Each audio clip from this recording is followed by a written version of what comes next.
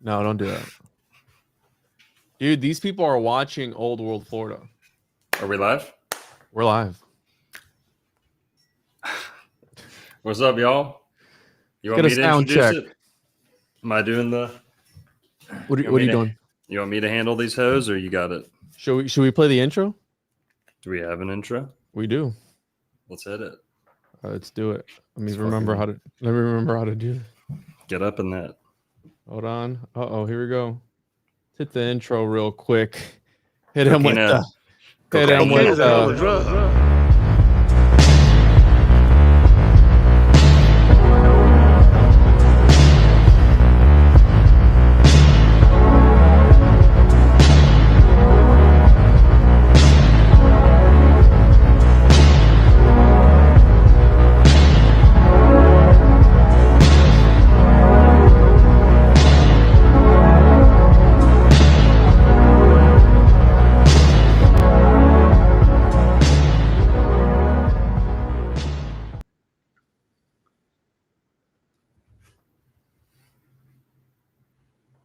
Yo. I forgot how to bring us back. That's why. Hell yeah, that was sick. No, it's not new. That's an old intro, guys. That's an OG intro. Yeah, we got to make a longer one, dude. You got to make somebody do a beat and stuff like that. But what's up, dude? Yeah. Doing good, man. Good to see you. Good to be back in the back co-piloting with you, serving up some hot gravy. Oof. Now we're on the heels of a little bit of a Juan had a bit of an interesting guest recently, so I know people are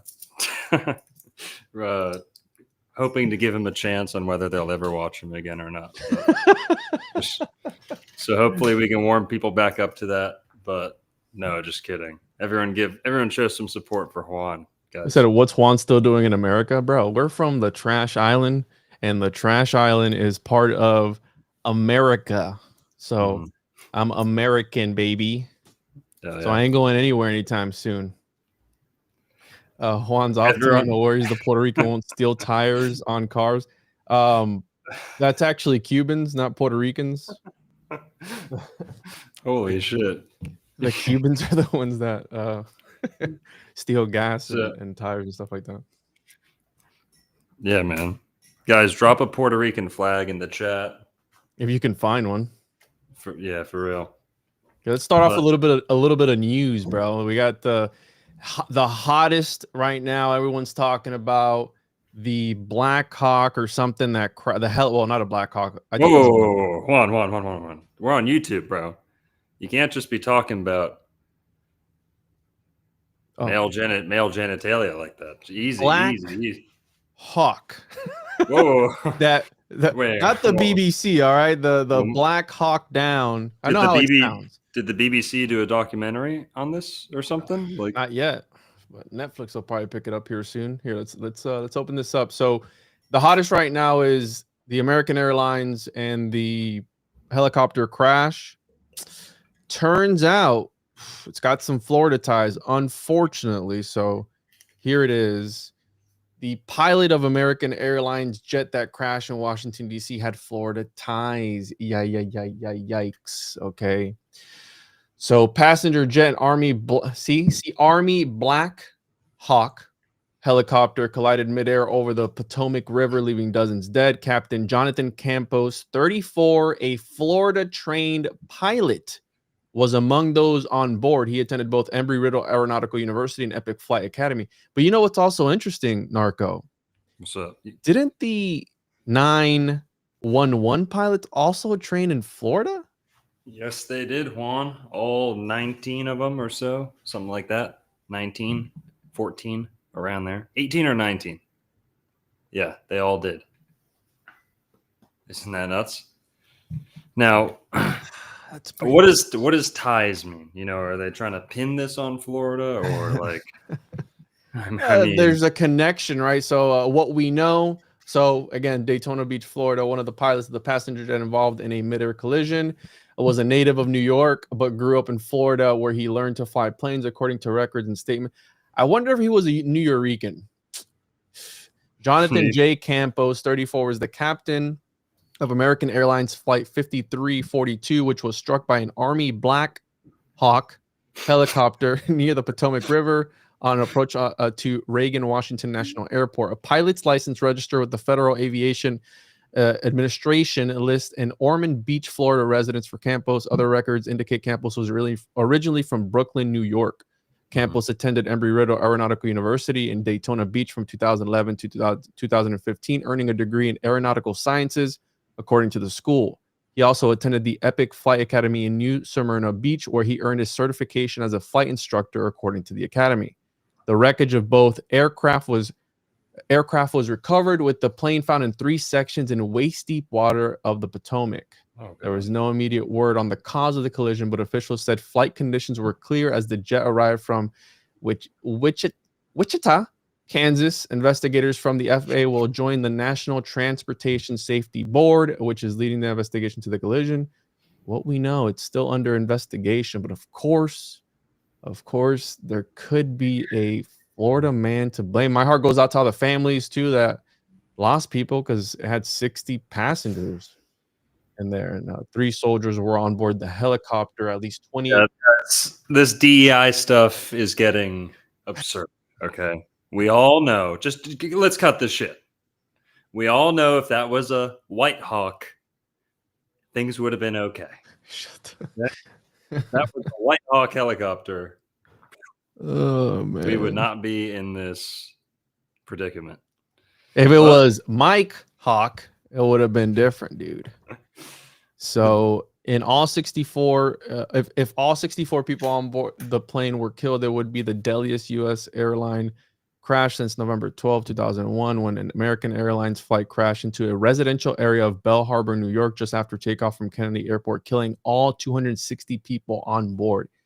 Damn, dude.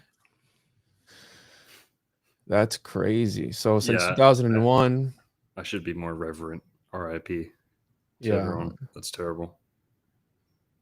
I wonder if this dude was Puerto Rican, man. Look at him. Is that him? Yeah, that's him. Yeah. So zoom in. It's Facebook. I think he's Puerto Rican, bro. Damn. Oh, you can't see that. Hold up. Yeah, we can't see it. Let me share my window. I think he might be Puerto Rican, dude. Mm-hmm. Okay. Do you have a good Rican radar? Kind of looks like you, bro. Not gonna lie. That's bro. Very distinct looking people. You know what I'm saying? Like, is not. What was his name? Jonathan Campos. Yeah, Campos. Yeah, come on. Florida to New York. Yeah, 100%. Probably Puerto Rican. Probably Puerto Rican. Yeah, 100%. So that's the connection there. Why should you care if confirmed this would be the deadliest? I already read that. Blah, blah, blah. So again, Florida ties. Now,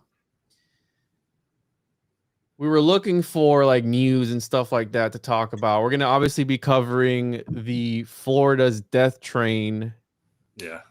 The Brightline. Yeah, we should started off with that. Yeah. Which, looking back at these videos, dude, what if people are just, think about it, right? So locomotive, loco, crazy, pandemic, pandemonium, panic. The Florida man archetype is known for that, right? He's a little crazy, he's a little loco, and there's people literally driving into this thing. Yeah. Right, like head on. But I want to talk first about whatever this is, because these people over at clickorlando.com, I'm scrolling through here to look at these stories, and look at what I see, dude. Is the fabled Garden of Eden really in Florida? They're watching the channel, dude.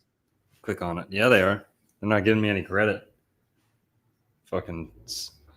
I've never seen you talk about this. Torreya State Park has trees that are among the rarest, oldest worldwide. Have you talked about this? Have you talked about that, bro? Talked about this, bro? Oh no. Are you kidding me? Have you ever looked at my channel? I don't. No. Jesus, some type of friend, some friend Juan is, huh? I'm just being honest, bro. Yeah. What? Honesty goes a long way. I could have lied to you and be like, bro, yeah, I missed it, man. I didn't watch that video, and that's it. I could have lied to you. Come on, bro. Listen. It's the Puerto Rican in me. I can't tell lies. Old World Florida. This is what Old World Florida boils down to. Okay. 25% vegan propaganda. 25%. Who's the man? According to one man, the Sunshine State is also home of the fabled garden. Who is this man? You're tripping, dude. It's E.E. Calloway. It's on my channel all the time. And so, yeah, half the channel is Atlantis. Half the channel is Garden of Eden. How have you not noticed this? This is so insulting. But listen, I've put out a whole audiobook on this. It's called In the Beginning, which is by E.E. Calloway, Florida's 1936 Republican candidate for governor. And he believed, he taught, he asserted that Florida was the Garden of Eden, as described in the book of Genesis. He meant it. He was dead serious. He was in very high social and professional standing before he wrote this. But most of that went into the book In the Beginning, 1966, never really got circulated too much, never really took off. Well, we're in the process of republishing that book right now. So that book is going to be out in 2025. And there'll be a lot more people talking about it then, mark my words. But in the last 2 years, I've talked about this a lot. I'm surprised you haven't noticed. Or maybe you got confused because Torreya State Park, sometimes I say the whole state of Florida is the Garden of Eden. It's a little confusing sometimes. Is this where the gopher wood is? Yes. Exactly. Oh, okay. Then I've seen that video with the old man with the cool hat. Yeah. Yeah, I've seen that. But I've never heard this name, Torreya. That's why I'm saying that oh, here he is. Is this him? Oldest but crucial conclusion. Yeah, L.V. Calloway, minister and yeah, I've seen the video. I've seen the videos, dude. Come on, man. L.V. Calloway. Damn. Now, yeah, dude, have me on for an episode. We'll do a whole talk just about that if you want. I'll break it all down. Always down, bro. We're putting the book out about it. All right, so this is old news. We've already known about this. So tell the people over at Click Orlando, check out the Old World Florida. Yeah, but they just posted this. What's crazy is it's been accelerating and accelerating. God's trying to get this out to the people. We're working on this behind the scenes, and since we've been working on it behind the scenes, multiple outlets have been putting this out. They're not crediting me. I don't know if they found it through me. It would be hard to imagine they found it without going through my YouTube channel or heard about it from a friend who watched. But they definitely watch over there, bro. The theory kind of dried up in like the 80s. Some people grew up learning about it in Florida, but other than that, dare I say, I'm going to pat myself on the back here a little bit. Okay. That I helped repopularize that, and we're going to republish it, and we're going to do it. We're going to do it justice. LV's going to be proud of us. He's going to be proud of Florida. He's proud of all you guys for listening and entertaining this stuff too. We all appreciate that.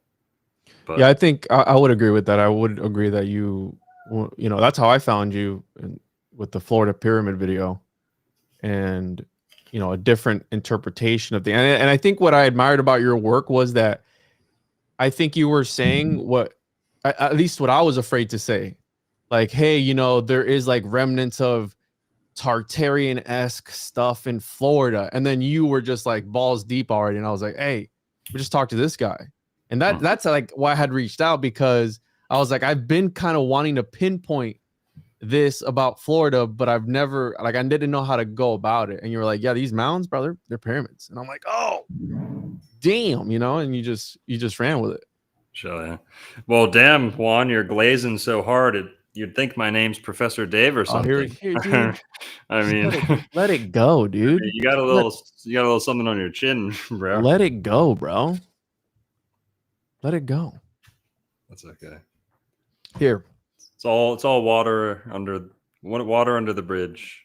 Flat, non-curving water under the bridge. Here, I want to before we get to the I wanted to say this one, okay? Right here. I don't know. Maybe should I bring up the tree guy? That one's kind of messed up. What's the tree guy? Oh, the guy who got decapped.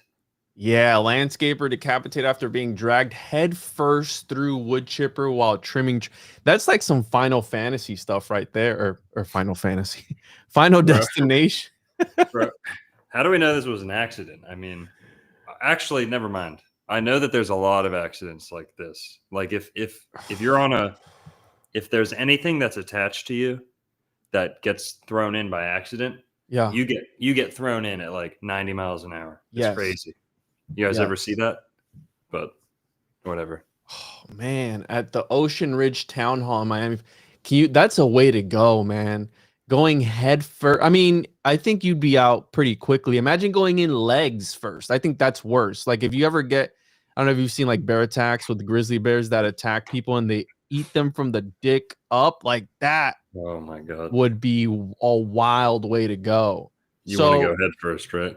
Yeah, if I had to choose, like, hey, if you had a crocodile or something chomp at you, would you want it to do you dick first or head first? Like, if you had to pick, if you had like no other choice, what would you pick?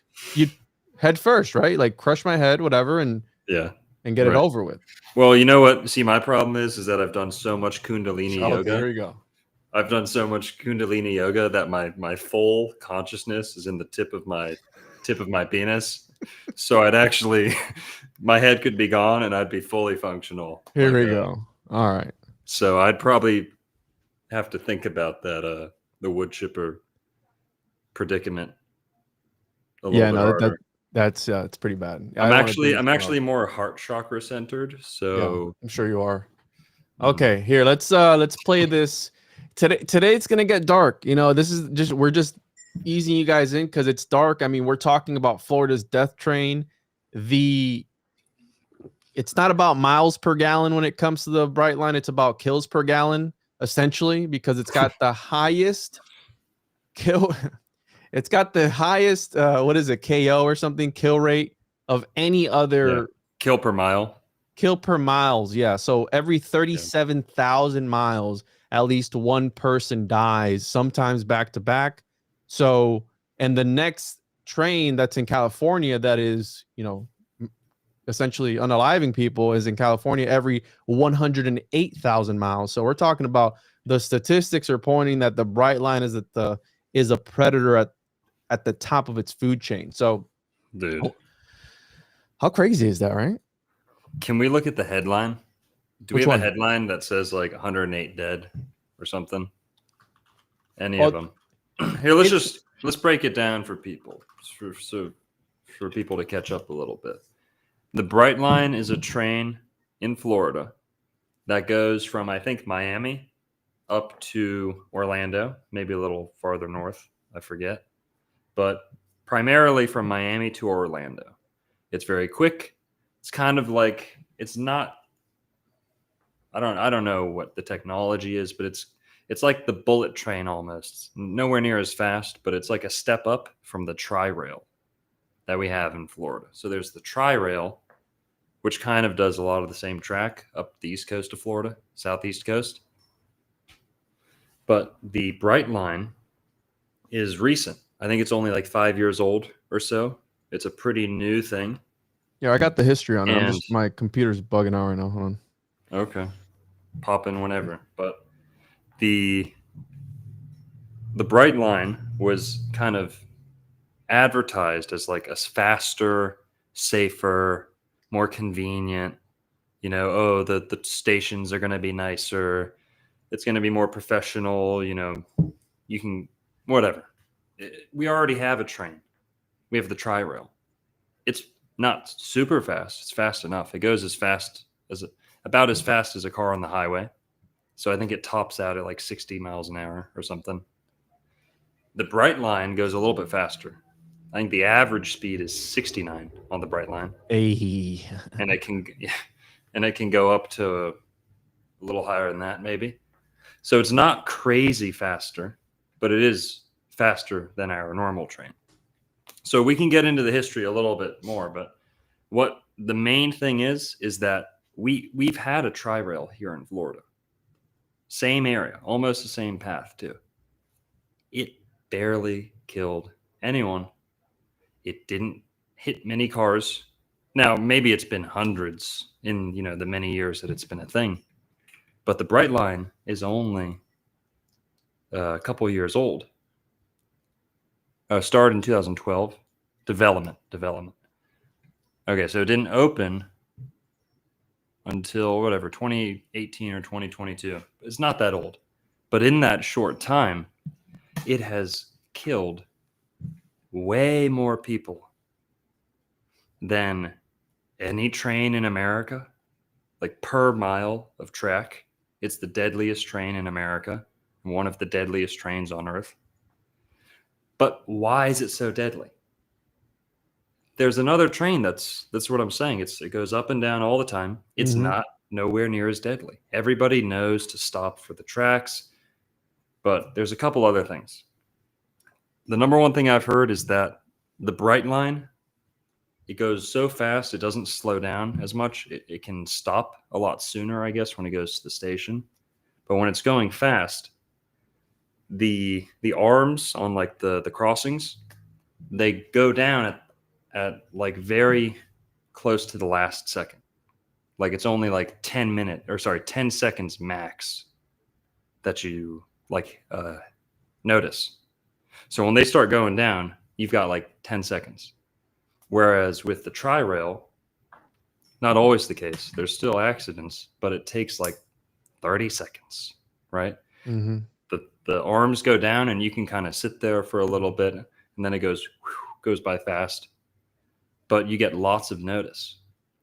The thing about the Brightline, I've seen it. I've been there where there's been close calls. I've been there right after on, the aftermath of one of these crashes. You can see that the arms come down very, very soon, very quick. You think you have about twice as long as you really do, because as soon as it comes down, it's only a couple seconds and then the train goes by, the Brightline. So that's what my guess is just, let's say there's no conspiracy. At the very least, it goes a little bit faster. It's not just the speed, though. It's how soon the arms go down. Mm-hmm. It's very quick on the Brightline. So that's probably the big culprit. But the bigger question here is, why is it allowed to keep going on? You've got 108 deaths, confirmed deaths. At least 108. At least 108. If we're talking about people injured and still survived, it's probably 200. If not more. And they could be covering this up. Now, we're going to see here how much money is getting poured into this thing, how much of a project this has been for Florida. And it's almost like they don't want to admit how bloody it is or how much of a mistake this was. Or, which is kind of the deepest rabbit hole here, maybe it's on purpose. Maybe it demands blood. The machine needs the lubricant to keep grinding, and we're going to trace that angle back a little bit to some of Florida's earliest railroads. So that's what we've all got in store tonight to kind of sum it up. But what's up, Juan? So the Charlie Crist, who was the governor of Florida at one point, right? I think he was the 44th governor of Florida at one point? I don't know, something like that. He was actually very against bringing the Brightline. He kept shooting it down. Like they kept trying to bring it, and they kept shooting it down. I believe it was him. Rick Scott rejected high-speed rail. Charlie Crist all aboard is receiving millions. So here, let's get into the history here a little bit first, and then we'll get into, because there are connections with Chinese companies making parts for this thing, and certain senators and political people having stake in certain companies. So again, I think it goes way deeper than what we've been presented. Now, as far as the Moloch-like blood sacrifice type of thing, we can play into that, because I think that what's that one movie with the oil There Will Be Blood. There Will Be Blood, right? That's a great movie. That's a great actor. Yeah. It reminds me of that, almost like they need sacrifice to kind of sort of keep it going, right? Like, you know, this Ouroboros, if you will, which, by the way, the first railroads were connected 100% to John D. Rockefeller, the the number one in oil, your Standard Oil, right? So all the players that had their hands in Florida were related to Standard Oil in one way, shape, or form, even after the fact. So Brightline, what's interesting about Brightline is that it's the only privately owned and operated intercity passenger railroad in the United States. Can you say that one more time? That's a big one. A little slower. Is the only privately owned and operated intercity passenger railroad in the United States. The only one. Okay.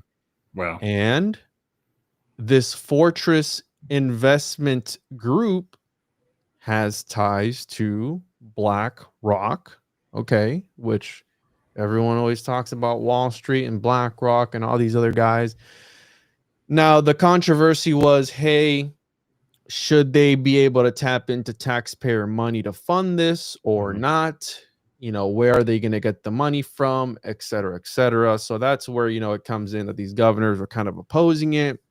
And the ones that were for it kind of had their hand in the cookie jar and they wanted their cake and eat it too, you know, type of thing.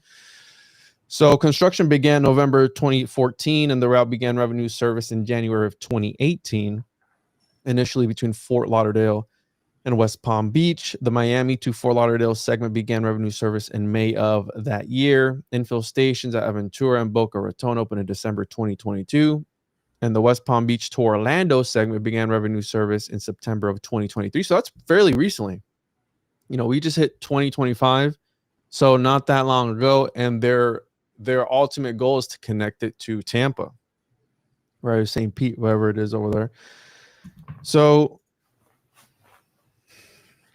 it seems like, right, as long as you stay within this thing. Can we full screen the other window there, please? Oh, I'm sorry. I thought it was already big. That's right. Here. So again, this is just I'm just throwing stuff out there. All right. This is just, you know, just having fun, right? Some stuff here. So due to having a number of railroad crossings in built up areas, there have been numerous incidences of motorists, pedestrians, and cyclists being on the tracks when a train passed, several of them resulting in fatalities. I'll give you a hint. It's probably the guy on the bicycle that didn't make it. Over 100 deaths have been connected to Brightline operations since 2017. So since it started operating. According to AP analysis, as of February 2022, the train averaged one death per, I misspoke earlier, 35,000 miles traveled, the highest rate in the nation. Notable incidences include a 27-year-old Pompano Beach and 56-year-old in Hollywood being killed within a 2-day period in April of 2022. A viral video from April 2023 showing a Brightline locomotive colliding with a trailer of luxury cars, which we have a video of, and a fatality on September 28, 2023, just days after the line was extended to Orlando. 3 people were killed in 2 separate accidents on January 10th and 12th, 2024 at the same crossing in Melbourne. There have, however, been no onboard fatalities as a consequence of accidents. Damn. Someone said new movie coming out, Sunpiercer. Yeah, Snowpiercer. That's a great movie, dude. Have you watched it yet? With the guy Captain America, what's his name? No, I haven't watched it. You told me to. My bad. Chris Evans. Yes, the train can't stop or else it'll freeze over. But there's a connection with Willy Wonka and the Chocolate Factory and all that. So the next most deadly train has one death every 103,000, and I believe that was in California. I don't have the name, but we'll pull it up here in a little bit. So here's where Henry Flagler, Standard Oil, and all these guys come into play. Okay, the Florida East Coast Railway, FEC, Class 2 railroad operating in the U.S. state of Florida, currently owned by, this is interesting, bro, Grupo Mexico owns it. What? ¿Cómo se dice? Grupo Mexico. Okay. Uh, So no apparently that me gusta. Okay, I'll just apparently that's a Mexican conglomerate or something like that. Some huge company that owns it. I guess the Mexicans that cartel fund. I don't know. Anyways, built primarily in the last quarter of the 19th century and the first decade of the 20th century, the FEC was a project of Standard Oil principal Henry Flagler. We've covered Flagler numerous times on this channel. One of the daddies of Florida, essentially the guy that really pushed through the last frontier. He saw a vision in Florida and he committed to it. And essentially, when it was done, he passed on. He's like, hey, my work here is done. And that's when he had passed on. He originally visited Florida with his first wife, Mary, who sought assistance with the health issues she faced. A key strategist who worked closely with John D. Rockefeller. He was John D. Rockefeller's right-hand man. Building the Standard Oil Trust, Flagler noted both great potential and a lack of services during a stay at St. Augustine. can you put our faces back on this just a little bit? Yeah, bingo. Thank you. You like that? You want us here? You want us there? Or where you want us? Right here? No, because Like the premiere thing's on the bottom right corner. Oh, all right. Anywhere other than bottom right hand corner. So he subsequently began what amounted to his second career, developing resorts, industries, and communities all along Florida shores, abutting the Atlantic Ocean. Now, what they're best known for, which I think you can still see remnants of if you go to, I think, Key West, building the railroad to Key West. Reason for that was because in 1912, and the reason for that, they wanted a deep, I guess, deep ocean, Deep water port for what? The Spanish? deep water port. Yeah, exactly. For war purposes, Oh, well, defense. sure. And did you know that St. Augustine had I think it was like 4,000 people, the population. Tampa was like 4,000. Miami was like 2,000. And Key West at the time had 22,000 people living in it. Like Key West was thriving at the beginning. Yeah. In 1820 or so, there was not a single permanent resident in Key West or any of the Florida Keys, European resident. In 1830, it was the richest city in America. Now, isn't that crazy? Now, I forget what metric they were using that by, but richest city in America per like individual wealth, like the average Key West inhabitant. Crazy stuff.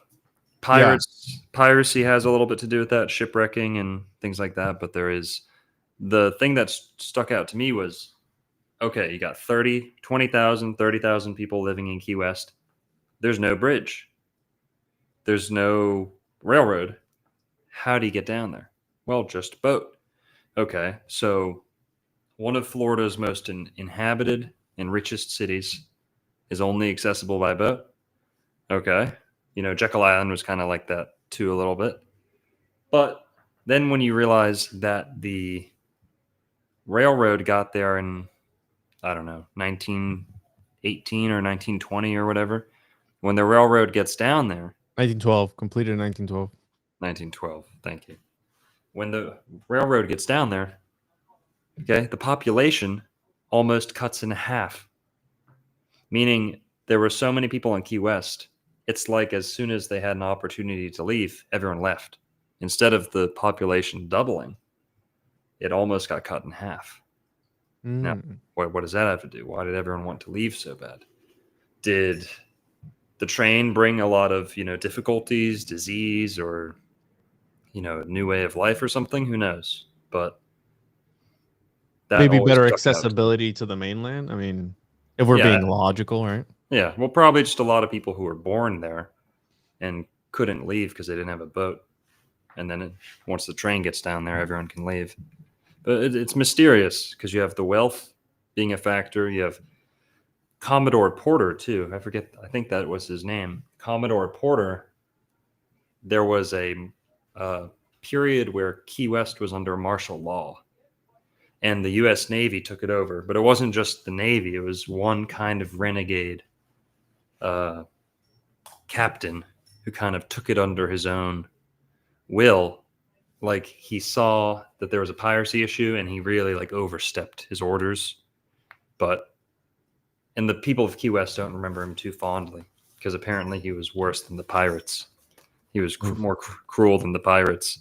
Ruled Key West with an iron fist for a couple of years. And yeah. Have you seen the doll in Key West? The haunted doll? Have you been there? Yeah. I don't think I've been in the room, but I've seen plenty of pictures of that. And what's the name of it? It's like Timmy or something like that. The haunted doll. Yeah, I forget. Haunted doll, Key West, Florida. The Robert the doll is an allegedly haunted doll exhibited at the East Martello Museum in Key West. Ooh. The evil doll haunting the citizens of Key West. So yeah, it's weird they keep that haunted doll in the fort. But here, let's get back to the train. Yeah, well, there's plenty to talk about. I mean, Florida is the true garden of Eden. So the company's primary rail revenues come from the intermodal and rock trains. Now, did you want to bring up the rock thing or no? With the secret mining operation? Nah, maybe at the end. It's not super relevant. Oh, I mean, it's connected with the trains. No. Juan.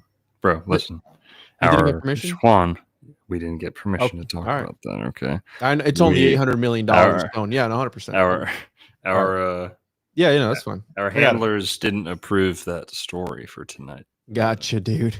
And gotcha. All right. So you want to talk about the phosphorus? Professor Dave said keep that one till next week. Okay. You want to talk about the phosphorus, the light bringer?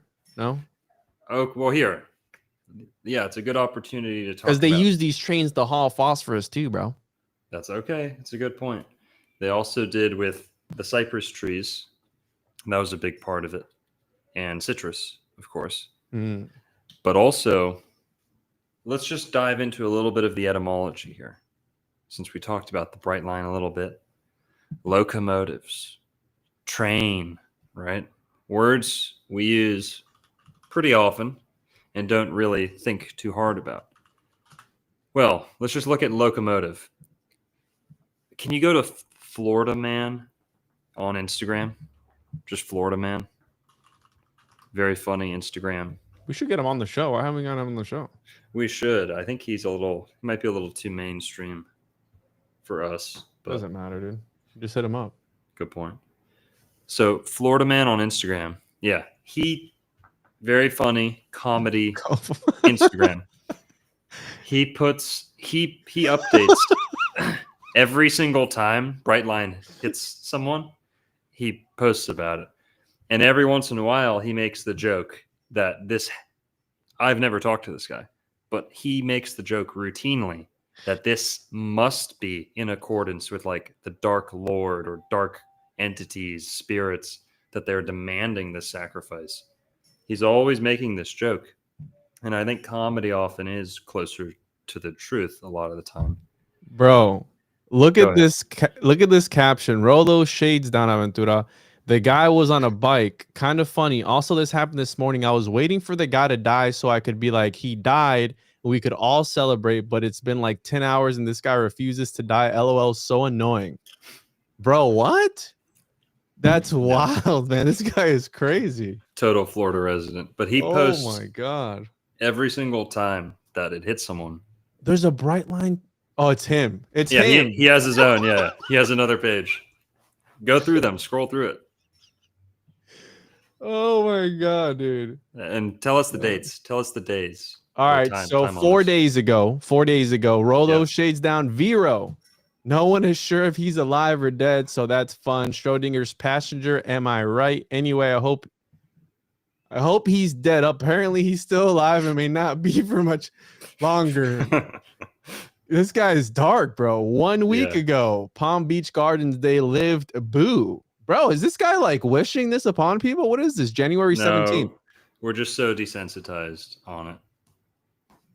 2 weeks ago, January 15th, roll those shades down. Melbourne, we've got a track snack Also, this is back-to-back track snacks from Melbourne, which by NBA 98 Jams rules mean they are heating up. And if they get one more, they're on fire and get to keep going through intersections. Also, they died. Yeah. LOL, we are so back. Let's go. Dude, this is track snack. Okay. January 13th, Melbourne celebrating. Okay. Feed the beast. Look at that. Look at the people talking, dude. Zoom in on it. People can't see.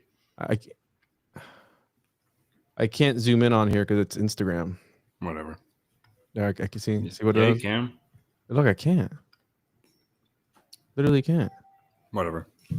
It's Instagram, bro. So January 9th. So apparently the lady lived, but they had to apply a tourniquet and she almost lost her arm. So that's kind of cool. Oh God. Hey, let's watch the videos so people can get in it. People can feel like they're there. Let's watch that. Hold on, let me read this one. January 8th, the guy was driving, didn't even try to stop. Honestly, the vibe seemed pretty lit in the car until they got hit by the train, of course. Anyway, I'm pretty sure they lived because they got hit on the passenger side, but they spun a lot, so they're at least motion sick. Let's go. Bro, what? No, don't deport Juan. Deport this guy. This guy is probably, where's he? What is he? Is he white? What is he? Yeah, he's white.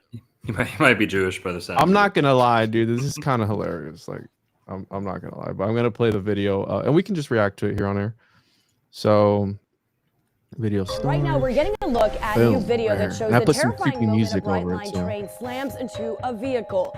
Dashcam video shows the driver going on the tracks despite the crossing gate being down. Moments later, the Brightline train passes and hits the vehicle. This happened late this morning at the crossing on 165th Street near Biscayne Boulevard.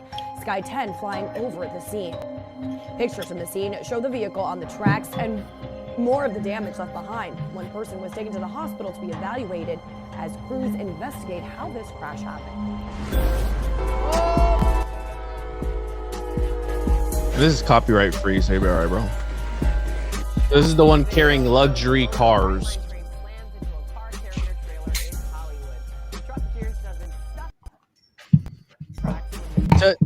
To give this guy, some slack. Car carriers, they're so low to the ground. Sometimes they get stuck, right? Whenever you cross over railroad tracks, they're kind of always jacked up.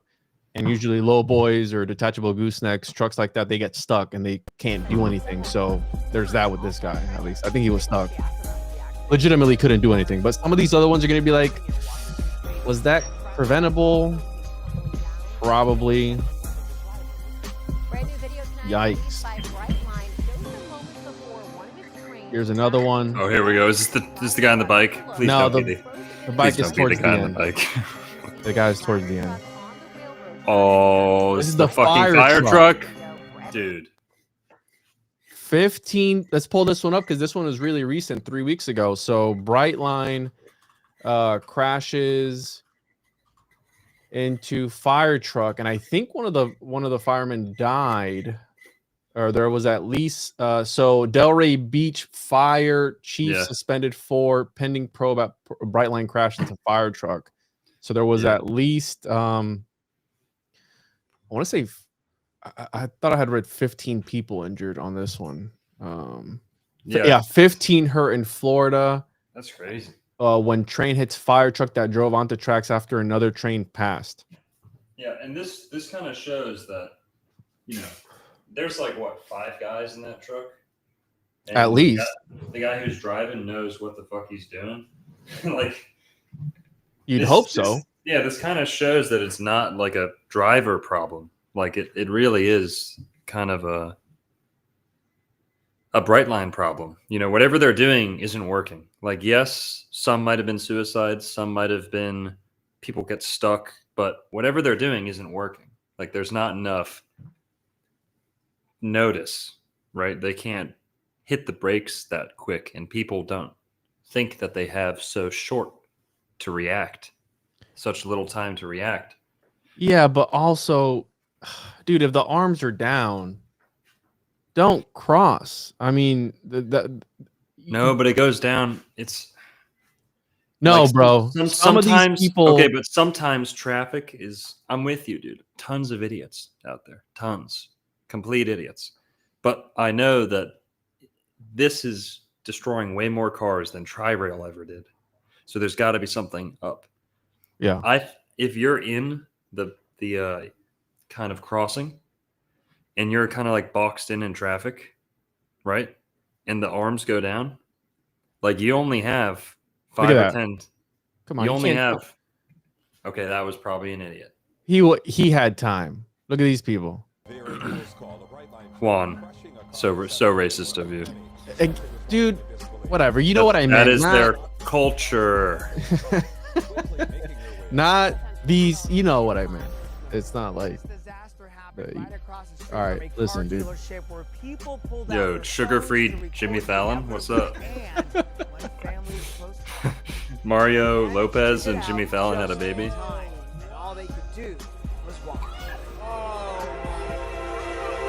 Yo, bruh, that's my whip, bruh. Damn. I want to say this is Hollandale Beach. Can you imagine, dude? This train driver's probably like, damn, not again. Do you think they fire these guys like over and over again, or it's the same dude hitting the same people? No, have you seen the video? There's some video of it happening from the cockpit, and they like barely react. Like they're like very used to it. It's crazy. That's kind of bad. And the guy, Florida man, Instagram, he always makes the joke, roll down the windows or whatever. Shades, Miami. The shades. That's what they do. That's their protocol when they hit someone. They tell people to roll the shades down. So somebody asked, what's the record for most people hit by a specific train, wondering how close we are to it. And then per track mile, it's the deadliest. CSX and FEC have lots of incidences too. 323 total for 2024. Brightline accounted for 49% of those, 323. So, yeah, I don't know, man. I mean, is it a sacrificial thing? And look at this, boom. Oh, man. Here's my issue, bro. I think this is the bike.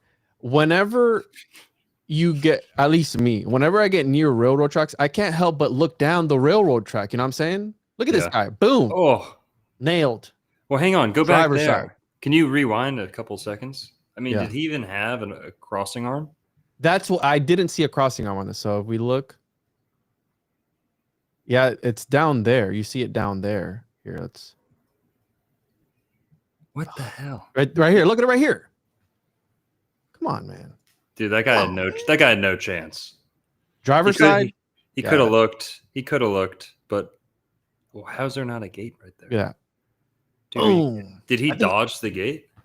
It looks like it, bro. That's what I'm saying. People don't care.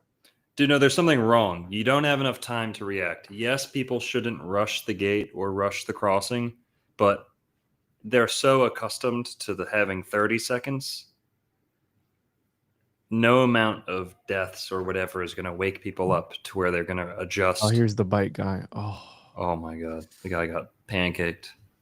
They don't show the whole thing, but you can imagine what happened. It didn't end well. The dent at the front that they were showing earlier was from that gentleman there. He didn't make it. Well, let's talk about some of the etymology here. There's lots of good stuff. So I want to say, by the way, Brightline equals 31 in gematria. Ooh, does it? And so does fake and gay. So okay. I just need you to know that, okay? Just keep that in mind, okay? And astrology 2 equals 31. So I like 31. 31's Elohim. Is it? Yeah, the Garden of Eden's at 31 degrees latitude. 31 is the largest number of days that there can be in a month. Because any higher would challenge the degrees of masonry. Does that make sense? 32, 33. 32 is the highest. 33 is honorary. Doesn't count. So really quickly, Narco, like looking at what we just looked at, right? We can talk about the conspiracy of, is this a sort of, if there's so many different accidents is happening, it's obviously an issue, right? They know that this is above normal than the average amount of deaths per mile per train. Yeah. Why do they keep it going? They've been sued a ton of times. They were sued by the guy from Virgin Airways for $250 something million because they were supposed to brand the Brightline with Virgin, and they kind of down talked the reputation of the space guy. I forgot his name. Richard Branson. Yeah, he sued them for $253 million, and he won. Can we look that up? Can we pull that up? So let's make it a little more evident, the connection between Blackrock and Virgin, so we can show people where the money's kind of coming from. But in the meantime, let's address the etymology, or the phonetic Kabbalah, if you will. Yeah, whatever you want to call it, the word play. Okay. Let's just start with locomotive. Locomotive. Loco, as Juan pointed out earlier, right? Crazy in Spanish, loco. Well, that goes back to Loki. Loki, who is the Germanic god, who is kind of the Norse or Germanic version of Saturn. And Loki is Saturn. It's the low key, the lowest key on the piano, the bass, low frequency, low vibration. Loki. Lock and key. Lock and key, right? So Saturn rules imprisonment, restriction, constriction, right? Lock and key, low key. This is also where we get words like location. Saturn rules space and time. The Bible says he's Lord of this world, so material world, space and time. So Loki is where we get location, meaning where you are, right? And the Greek word for Saturn, chronos, is where we get words for time, chronological, chronic, right? So loco, Loki, also Saturn can rule mental illness a little bit, you could say. Certainly malice, it rules. But locomotive, right? Motive, location. You're changing location, right? Moving from one location to the next. But other than that, you have loco, Loki. That is Saturn. And it really is another way of saying, it's like a chariot of Saturn. Now, it's a little bit of a stretch here, but when we look at some of the other words and meanings of the words connected with this, you guys will be kind of surprised. For starters, I saw a good comment. About trains being snakes, trains being worms. Who's been watching Dune recently, right? Dune, touches on a lot about like over industrialization, right? And the worms, maybe there's a connection there between worms and trains, but trains have always been kind of likened to snakes or worms, right? And also from Loki, we have a connection to Lucy. Loki, Lucky, Lucy, going to Lucifer. Now, Saturn and Lucifer aren't one and the same, Satan and Lucifer, but they're real close. And they're friends, and they work on the same team. And where can we trace them back to? Libra. In the sign of Libra, Venus, who is Lucifer, rules Libra. And then Saturn exalts. And Libra is Lucifer. Saturn and Venus in the same sign. That's a bad mix, right? That's why Libra gets the short end of the stick in a lot of mythology. What was Henry Flagler? Do you know? He was either a Capricorn or a Libra. Both make sense. January 2nd. Yeah, he was a Capricorn. Totally. Saturn, ruled by Saturn. And the train thing, not only do we have a lot of deaths in the Brightline, we also have a lot of deaths in Florida's earliest railroad, or one of its first railroads that largely developed the east coast of Florida. Lots of deaths involved in that. Lots of slave labor involved in that too, at the hands of Henry Flagler, who pioneered the Florida East Coast Railway. It's worse than that, dude. He used convicts leased from Florida state prisons, from Florida prison camps, the majority of them African American, to clear land for the Royal Palm Hotel, and to build the Florida East Coast Railway from West Palm Beach to Miami. But like against their will, like the prison was okay with it, or the jail was okay with it, but the people didn't. Like today, you can sign up to work in jail, you know, but it's kind of like you consent to it, right? You ask for it. Well, here, let's draw on this snake connection a little bit. I want to tie this more into Saturn and Libra. Now, Libra is said to be the dove or the viper, the animal. The dove or the viper. Aleister Crowley was a Libra. He said, love is the law. Libra rules love and Libra rules the law. He's also quoted as saying, there is love and there is love. There is the serpent and there is the dove. Nice little poetry there, but he's kind of expressing his insights into Libra. And love is the law, the dove and the viper. He's saying one of the animals for Libra is the snake, it's the viper. And that's why you see Lucifer and Saturn, you know, who's the snake in the Garden of Eden? Who is that snake? You know, sometimes they say it's Lucifer. Sometimes they say it's Saturn or Satan. That's later on, but in that first instance, all we know is it's a snake. Serpent, September. Serpent, sept, 7. It's the 7th sign of the zodiac. And the snake there in Libra is connected to Lucifer. So especially if you're talking about an industrial snake, like a snake made out of, you know, mechanized parts and, you know, fuel and all this stuff. But which, by the way, in one of the latest Godzilla versus Kong, the headquarters was in Pensacola, Florida, I believe, and they had the Mecha Godzilla there too. So speaking about Mecha and robot snakes and stuff.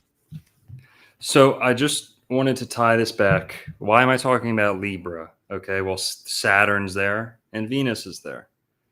And Libra is another way of saying Lucifer, light bringer. Li meaning light, bra meaning to bring. I brought something, you know, or a bra, you know, holding something. Some titties. Holder, I'm holding the light, right? Light bearer, bra. That's what Libra means. Light bearer. So it's largely synonymous with Lucifer. Okay, bear with me here. Now, what does Brightline mean? Lucifer, light bringer, phosphorus, like you said, coming from Lucifer, right? Light bearer, light bringer. Well, Libra, light. A lot of bra words go back to Libra too, like bright, bright line. What's the line? Is it the railroad? Okay, I'm sure there's a lot of things. But what else is there? Bright line. Libra is all about the bar. The rules the law, like I said. It rules law. You have to pass the bar exam. Okay? Libra rules the lower back. The lumbar. It rules the kidneys and the lower back. It rules socialization. Libertine lifestyle.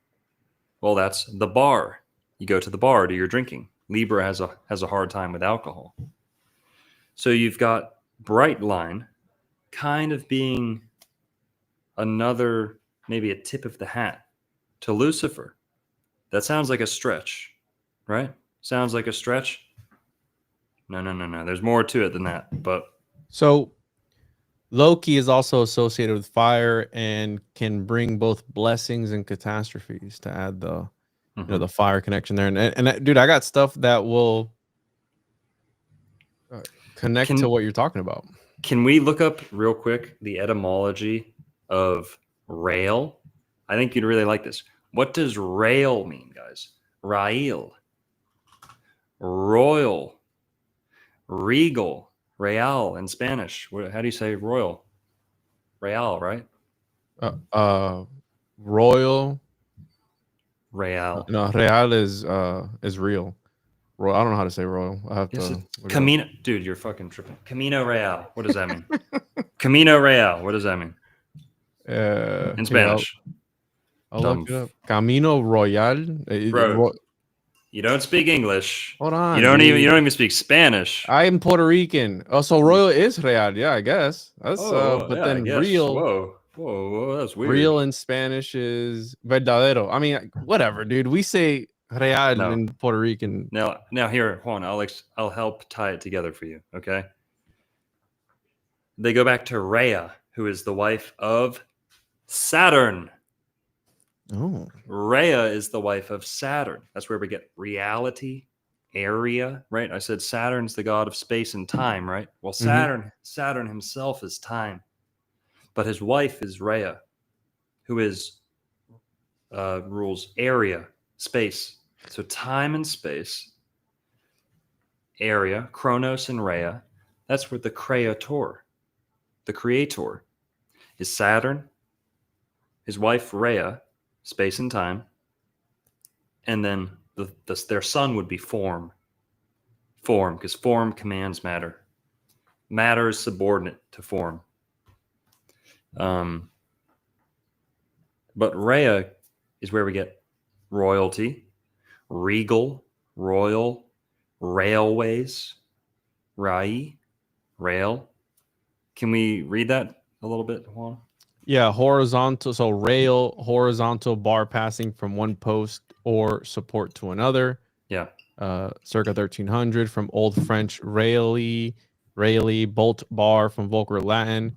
Yeah. Regla from Latin regula, rule, straight piece of wood, diminutive form related to regere, to straighten, guide. And what's interesting here, the Atlantis connection with all of this.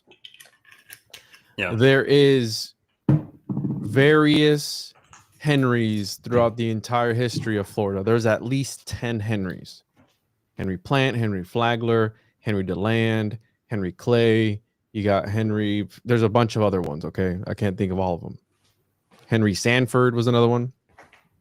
Sanford, Florida, DeLand, Florida. All these guys are going around. A ton of Henrys, at least 10 of them. And what's interesting is that Henry means he who rules in a line. Right? Yeah. Ruler, he who rules in a line, or ruler of the house. Yeah.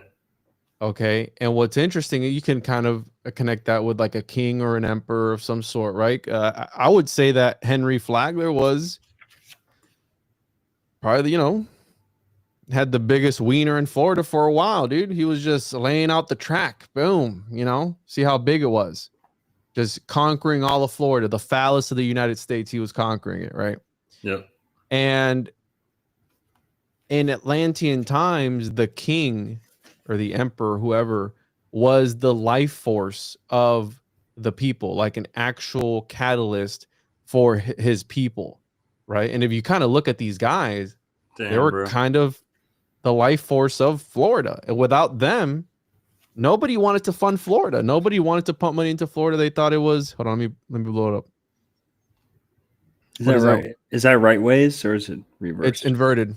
Fuck. All right, give me 1 sec. I think I can mirror your camera here. There you go. Tremendous. You're a little uglier, but you're all right. I always feel that like that when you see your when you see yourself the other side, right? Yeah. What are we looking at? Hang on, I gotta find it. Train. You see trains? Trains, transportation, transmute. Hang on. I don't see trains. Trains. Right there. Hang on. Fuck. There you go. There you go. No, it's mirrored, so it's fucking hard to get. No, I already reversed it. Okay, I know. But I'm saying now that it's mirrored, it's harder. There I see trains, conductors, and engineers. Yeah. You see that? Yeah. That first symbol Uh-huh. is Venus. Lucifer. What book is that? It's the rulership book. #1 astrological encyclopedia directory, whatever you want to call it. It's like, it's not a book. You don't read it. It's just a directory, encyclopedia. It's like, any word, you come up with a word and it'll tell you what it's ruled by astrologically. So like bottle, sun, orange juice, it'll tell you what all these things are ruled by astrologically. I would never have guessed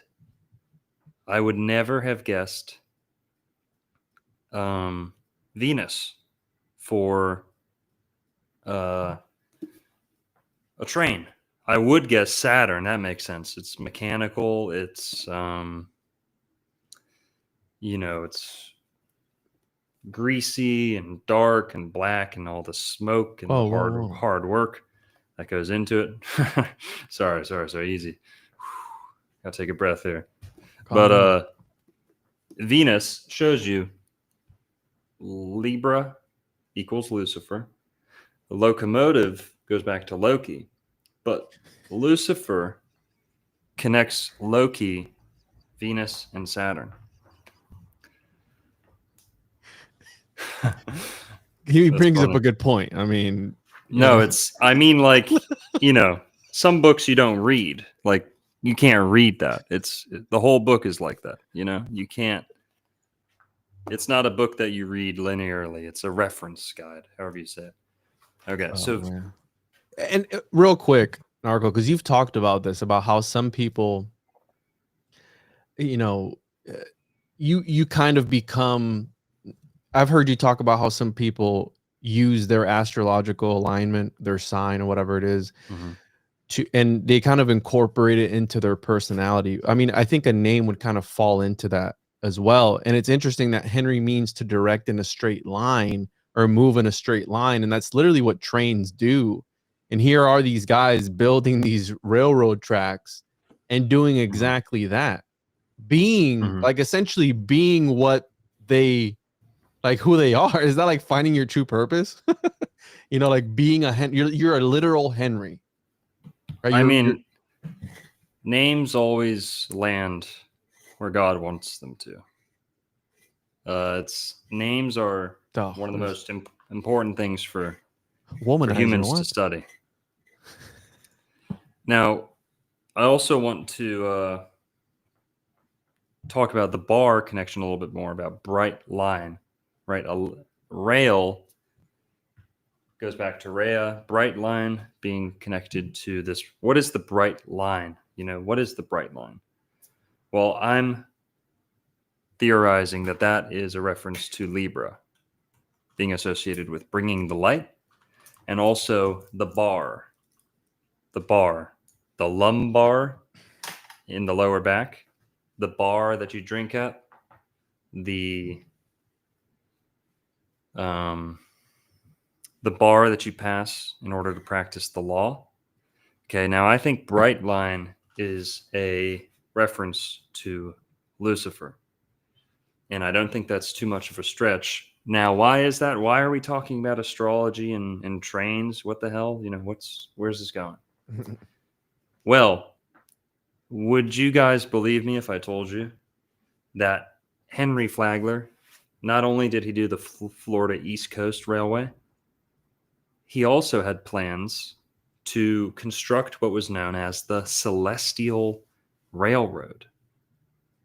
The Celestial Railroad. Can I correct you real quick? Sorry, yeah, of course. So he didn't build it. He actually put it out of business. He had nothing to do with it? No, he was. I believe he was going to buy it at one point, but it was too expensive. So he ended up doing one right next. I've got slides on it. Okay. If you want to look at it. I could have sworn he was behind that. My bad. No, you're good. But he was involved at some point. Yeah, he either put it out of business, like Juan said. I could have sworn he tried to bring it to fruition. Here, so let's go. It didn't work out. Let's go through this real quick. On the kick of astrology and stuff like that, because I have some stuff here that'll kind of corroborate with what you're talking about as far as like the Satan archetype, the Lucifer, which again, I mean, so in folklore, right? Crossroads. Oh yeah. oftentimes associated with the devil. Okay, so it represents a location between the worlds, site where supernatural spirits can be contacted and paranormal events can take place. Think about it. These people are dying at the crossroads, right? They're literally crossing. Some are crossing over permanently to the next dimension and never coming to this dimension ever again. Okay, so you have crossroads and also you have railroad crossings and crossroads in the railroads. The most famous story about making a deal with the devil, right? The typical Robert Johnson. Yes, Robert Johnson. I love this. Playing blues. Yeah. Right. For those that don't know, he made a deal with the devil to be able to. That's why they call blues the devil's music, because he made a deal with the devil, and I think the devil gave him the guitar, and he learned how to play the guitar by the devil's guitar, essentially, right? Yeah. Can I tell some cool stories? Sure. So Robert Johnson was a guitarist. He sang, but he's more well known for his guitar playing. I mean, all the guitarists of the day, I think this was like the 30s, Robert Johnson. I think he was mainly doing his thing in the 30s. I could be wrong, but around there. I think he was a little bit before like all those guys, Muddy Waters and the guys who were a little bit before them. But Mississippi Delta Blues. And the folklore here is that the blues is kind of the devil's music. Not because it's evil, but because it's kind of sad. And that in order to have good blues songs, you need to have a rocky life. Like you have to have bad shit happen to you. And I'm kind of generalizing and oversimplifying this, but the idea is that in order to make it big in rock and roll, you had to sell your soul. And this is kind of a southeast United States, southern United States. It's like a folklore. And now, since we've had the big explosion of rock music and rap music and whatever, now we're all kind of like very desensitized to the selling your soul for fortune thing or fame or abilities. Well, Robert Johnson, it said that he was a lousy guitar player. Lousy. And I don't even think he had a guitar to start off when he was like 20 or something. Now, he would ask to borrow people's guitars at all these bars around the South, middle of nowhere, dirt road. You have to hitchhike days to get to the next, big city that you're going to sleep at or whatever. This was the life of a traveling musician back then, right? It wasn't like today. He was a lousy guitar player. He would borrow guitars and people would say, "Oh, quit playing that, you suck." You know what I mean? They'd kick him Also, out. Lucifer was the first musician, wasn't he? Did you say that already? Yeah, you're right. Yeah, the angel of music.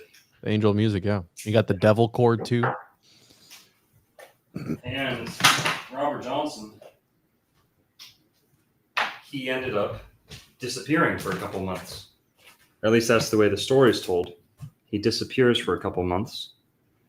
And someone said he had 6 fingers. Did he really? Robert Johnson, 6 fingers, blues. And by the way, I want to say I'm very proud of you, bro, for fixing your fire alarm thing. By the way, thank you, man. Can you hear me okay? Yeah, you sound good. Okay. So Robert Johnson, he disappears. All his friends are like, "Where is he?" Okay. And he shows up going to different bars. He's showing up at bars that people hadn't seen him in a couple months or whatever. Well, he shows up and he's a young guy. He's like 20, early 20s. He shows up and all these guys, all these old jazz cats and, guitarists, they know him and they're like, "Where you been? Where you been?" Well, he doesn't say as much. He doesn't talk as much as he did before now. He has a different aura about him. We don't believe chat. We fact check chat. By the way, you people saying I believe chat. Whatever. So Robert Johnson shows up and boom, he can play the guitar like nobody's business now. He can shred. All the guys that he used to ask for tips and, try and borrow their guitar to hope if some of their magic might rub off on him. Now he is schooling them. They all want to know his secrets. How do you play it? How did you learn that? Oh, you're playing the melody and the rhythm at the same time, right? You sound like four people playing guitar, is what all these legends, blues guitar legends, would say to him.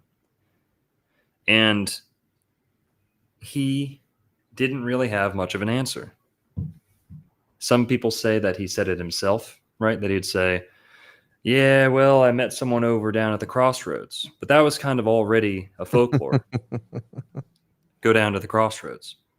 Well, the story is, the most famous version of the story, from what we can gather, from what he might have said to people, from people who knew him closely, was that he consulted with a voodoo priest or consulted with a local, medicine woman or something, or just on his own, was in the right place at the wrong time. Right place, wrong time, who knows? But he goes to these crossroads, famous crossroads.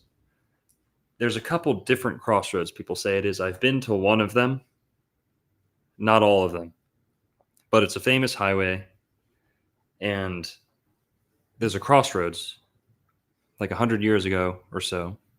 It used to be like a real crossroads, dirt road, nothing around. And he, Robert Johnson, it said, went out there with his guitar and was either told to do this or learned it. But I think he was told to do this by someone who kind of knew what he was after. He wanted to be the best guitarist on planet Earth. So he goes out to this crossroad in the middle of the night. And I'm sure there was railroad tracks nearby, I'm sure. And I'm not sure, I don't know that. I'd imagine there is. But he takes his guitar, he has his guitar with him, as I imagine he was told to do. Goes to the crossroads in the middle of the night. Some say it was midnight. Some say it had to be midnight, right? And he's there, he's waiting. And I think he was told a dark, sharp-dressed man will come visit you, right? Yep. So this guy goes to the crossroads with his guitar. He's sitting there. He doesn't know what to expect. He's a wide-eyed young guy, not that good at guitar, doesn't know where his life's going, but he believes in this dark magic. So he goes. Then the figure appears. The figure appears. The dark man, the black man, the sharp-dressed man. Oh, no, I'm saying this. It said he had black skin, but it's more about the aura. And he was dark. You said he was dressed sharply? He was dressed dark. Well, differing dapper? Yeah, differing opinions, but typically the devil is said to appear as a sharp-dressed man. That's a dude, right? Keep that in mind for later. I'm going to bring something up interesting later. That's a dude, by the way. Now, this guy shows up. Apparently he was tall, dark features, dark skin, dark dress, I don't know. But he shows up and apparently he's well-dressed in the middle of nowhere. Looks like he just got out of a car. He's not dressed like he'd be walking, right? He's not dressed like someone who's just on a walk. So this guy, it said, again, there's lots of different versions of the story. It's largely like, bro, what the hell are you doing? I got to plug my computer in because your mom's chatterbait is draining all my battery. So Robert Johnson, he's there with his guitar. This guy approaches him. It's said that he didn't say anything. Just reached out his hand, maybe asked for the guitar. Right? Give me the guitar. He takes the guitar. He looks around, holds it, looks at it, and then all he does is tune it. He tunes it. Maybe he was already in tune. I don't know, but he tunes it a little bit, just tweaks it. Then he hands it back to him. Maybe he played a couple notes. Then he gives it to him, and he starts playing, and voila, he's the greatest guitar player in the world, at least in the 1930s. That's the story of the Crossroads, Robert Johnson. Now, Robert Johnson, I think he died at 27 too. I think. Could be wrong on that, but I think he died at 27. And yeah, he was killed by either a jealous husband or a girl who he was like cheating on or something. He was in a lot of strange relationships, but he mysteriously died, believed to have been poisoned by someone who wanted to get back at him, either a lover or a lover's lover who was disgruntled or something. But now I've actually got a little bit of a story here. I know we're talking about trains, but one time I was at a park, and I used to go to this park all the time, and I realized that there was a guy there who was like homeless. He was pretty young, and he would always walk by and look at my van, and I'd play guitar, and he'd be looking at me. He'd always be looking at me when I was playing guitar, and I could tell he wasn't all there, like he was crazy. Dude, we're gonna have to do another episode on this or something. Crazy rabbit hole. But this guy I met at a park, and I let him play my guitar one day. I thought you were gonna say you let him touch you. What? He picks up my guitar, tunes it a little bit, and plays All Along the Watchtower by Jimi Hendrix. Okay? Perfect. Amazing. Reinterpreted. Not like, not note for note. Reinterpreted on a 12-string guitar. Very, hard to do. Picks up my guitar. And this guy, I should have said this. This dude was, I don't know if he did drugs or what, but he was not there. He was not present. He would talk to he was schizophrenic, definitely. He would talk to himself, have outbursts, almost like Tourette's. But when he was playing the guitar, super, super good guitar, I believe his name was John. And John, stranger, picked up my guitar. All he asked me for, I said, again, this is a big, long story. But this guy who I let play my guitar, one of the most interesting people I've ever met. I let him play my guitar, and I told him, I was like, hey, if I ever find a shitty guitar, I'll come bring it to you. And I think he was like, no, I can't, because I live outside. I can't take care of a guitar. I can't do all this stuff. He's like, don't even bother. So I was like, okay. But I got him a blanket one time. So I got a blanket, and I kind of won him over. He didn't hang out with people, just lived by the beach in a park by himself. No blanket, no nothing. Whoa. And guess what this guy did for a living? Not a living, but day-to-day, his hobby. He had a Polaroid camera, and he would take pictures of what he called angels, demons, phoenixes, Bro. aliens. And dude, I might have to go try and find this guy, because the shit he had on these Polaroids, you could make a horror movie out of it. Bro, what? I've seen the Grim Reaper's face in a Polaroid. And I was like, are you faking these? I was like, do you manipulate these, or is this a double exposure or something like that? He's like, no. He's like, no, dude. I was like, what do you do all day? What is this for? And he said, I'm a demon slayer. I'm sorry, bro. I would have laughed right then and there, bro. Right? No, but isn't Saxter's name John too? Yeah. Is that your takeaway? No, I'm just saying John, and then you got this other John. You should find him and do another documentary, bro. The Demons of, what was this, Lake Worth? Yeah, it was before I made my YouTube channel. And that's how it ended. I never saw him again. I saw him maybe 4 or 5 times on separate days. I let him play my guitar once, maybe twice. Never saw him again. But dude, he had a book, like a filing book or like a picture book that was like this thick. It was like a big binder, and he had page after page with 4 Polaroids on each page of the craziest shit you've ever seen. It was just him like high, alone in the middle of the night, taking Polaroids of like flaming entities, some crazy shit. But, oh my god, yeah, I would. I mean, honestly, I would probably laugh if he would have told me that. Like, dead, he looked you dead ass in the face and was like, "I'm a demon slayer." dude, if He was 100% serious. 100% serious, and he's crazy. He had his like resting state was terrifying. Like you're like, I don't know if this guy's gonna bite a chunk out of my skin or not. Like he just seemed unwell, which but does also happen in Miami. cool. You got the Causeway Cannibal in Miami of 2012 that ate that dude's face because he had stolen his Bible or something like that, which is bizarre, right?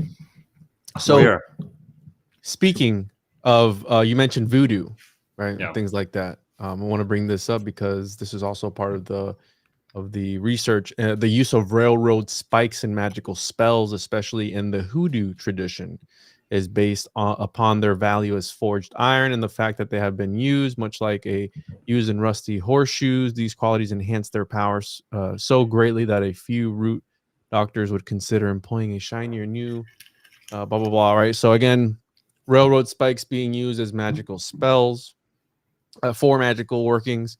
In Greek mythology, which kind of plays into the celestial railroad, which we'll get to here in a second, Hecate is the goddess of the crossroads.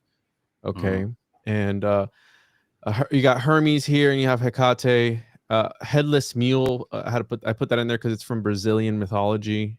Apparently, there's like a headless mule at the crossroads, and the Brazilian version of a werewolf and something else, right? So again, crossroads. This idea that the supernatural is there. In Great Britain, tradition of burying criminals and suicides at the crossroads. You also had go ahead. Yeah, if anyone's ever seen Kingdom of Heaven, the movie with Orlando Bloom, where his wife, when the movie starts, his wife has already committed suicide, and they're in the process of burying her at the crossroads away from the town. Like you weren't allowed to bury a suicide in the town. You had to go outside the gates of the town. And if that wasn't well easy to judge what the outside of the town is or inside, you just go to the nearest crossroads. So to bury a suicide or a certain types of death, you don't bury. During the Middle Ages, they were once a burial place second only to the consecrated church for Christians. You had character Faust inscribing magic circles at a crossroads in order to summon the devil. You have that connection there with the Faustian pack and conjure, root work, and hoodoo, a form of African magical spirituality, right at the crossroads. The center of the crossroads is where the communication with the spirits takes place, and selling right, the origin, so such as selling your soul to the devil at the crossroads in order to acquire a facility of various manual and body skills, playing magical instrument, throwing dice or dancing, etc., etc. And I have just some stuff here about the type of train that it uses, right? A Siemens Charger diesel.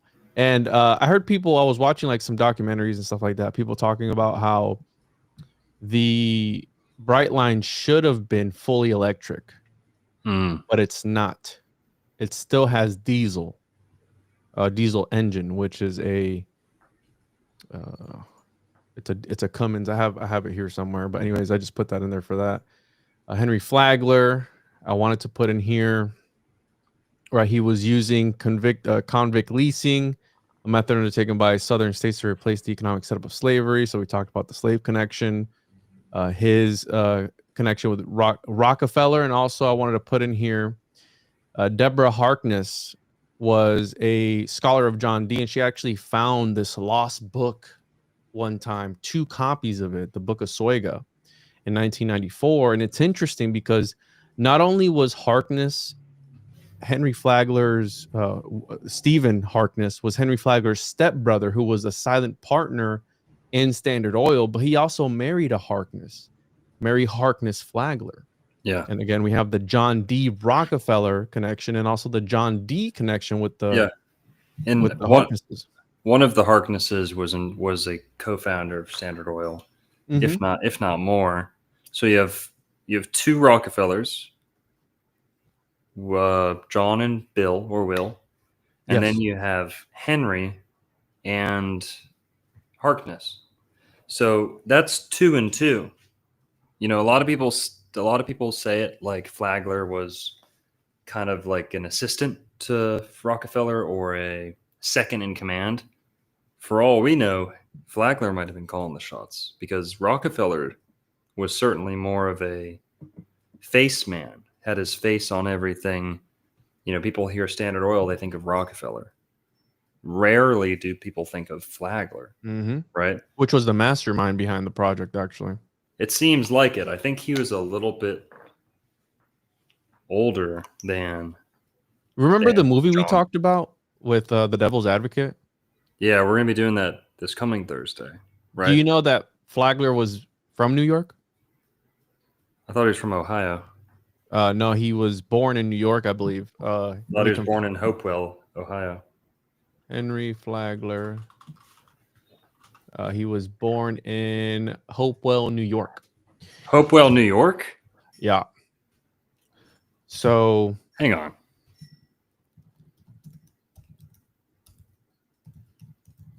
Henry Morrison Flagler, Hopewell, New York, January 2nd. Yeah, you're right.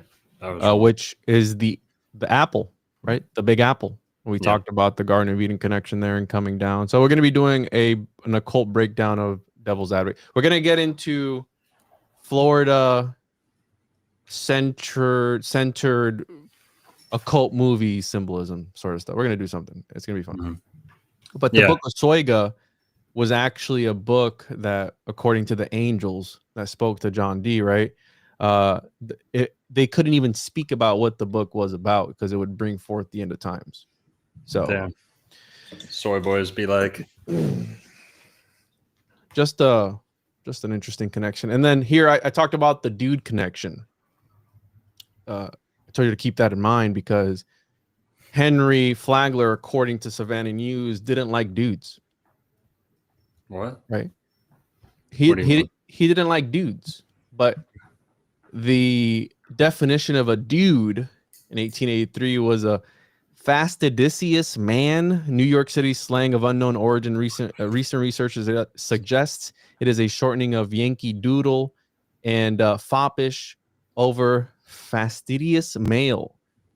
So this was the king of the dudes, and they dressed very dapper and stuff like that. And I guess he had a falling out with his son at one point, Harry Harkness Flagler. And they didn't talk for over 20 years. And the last time that they talked was when Henry Flagler was on his deathbed.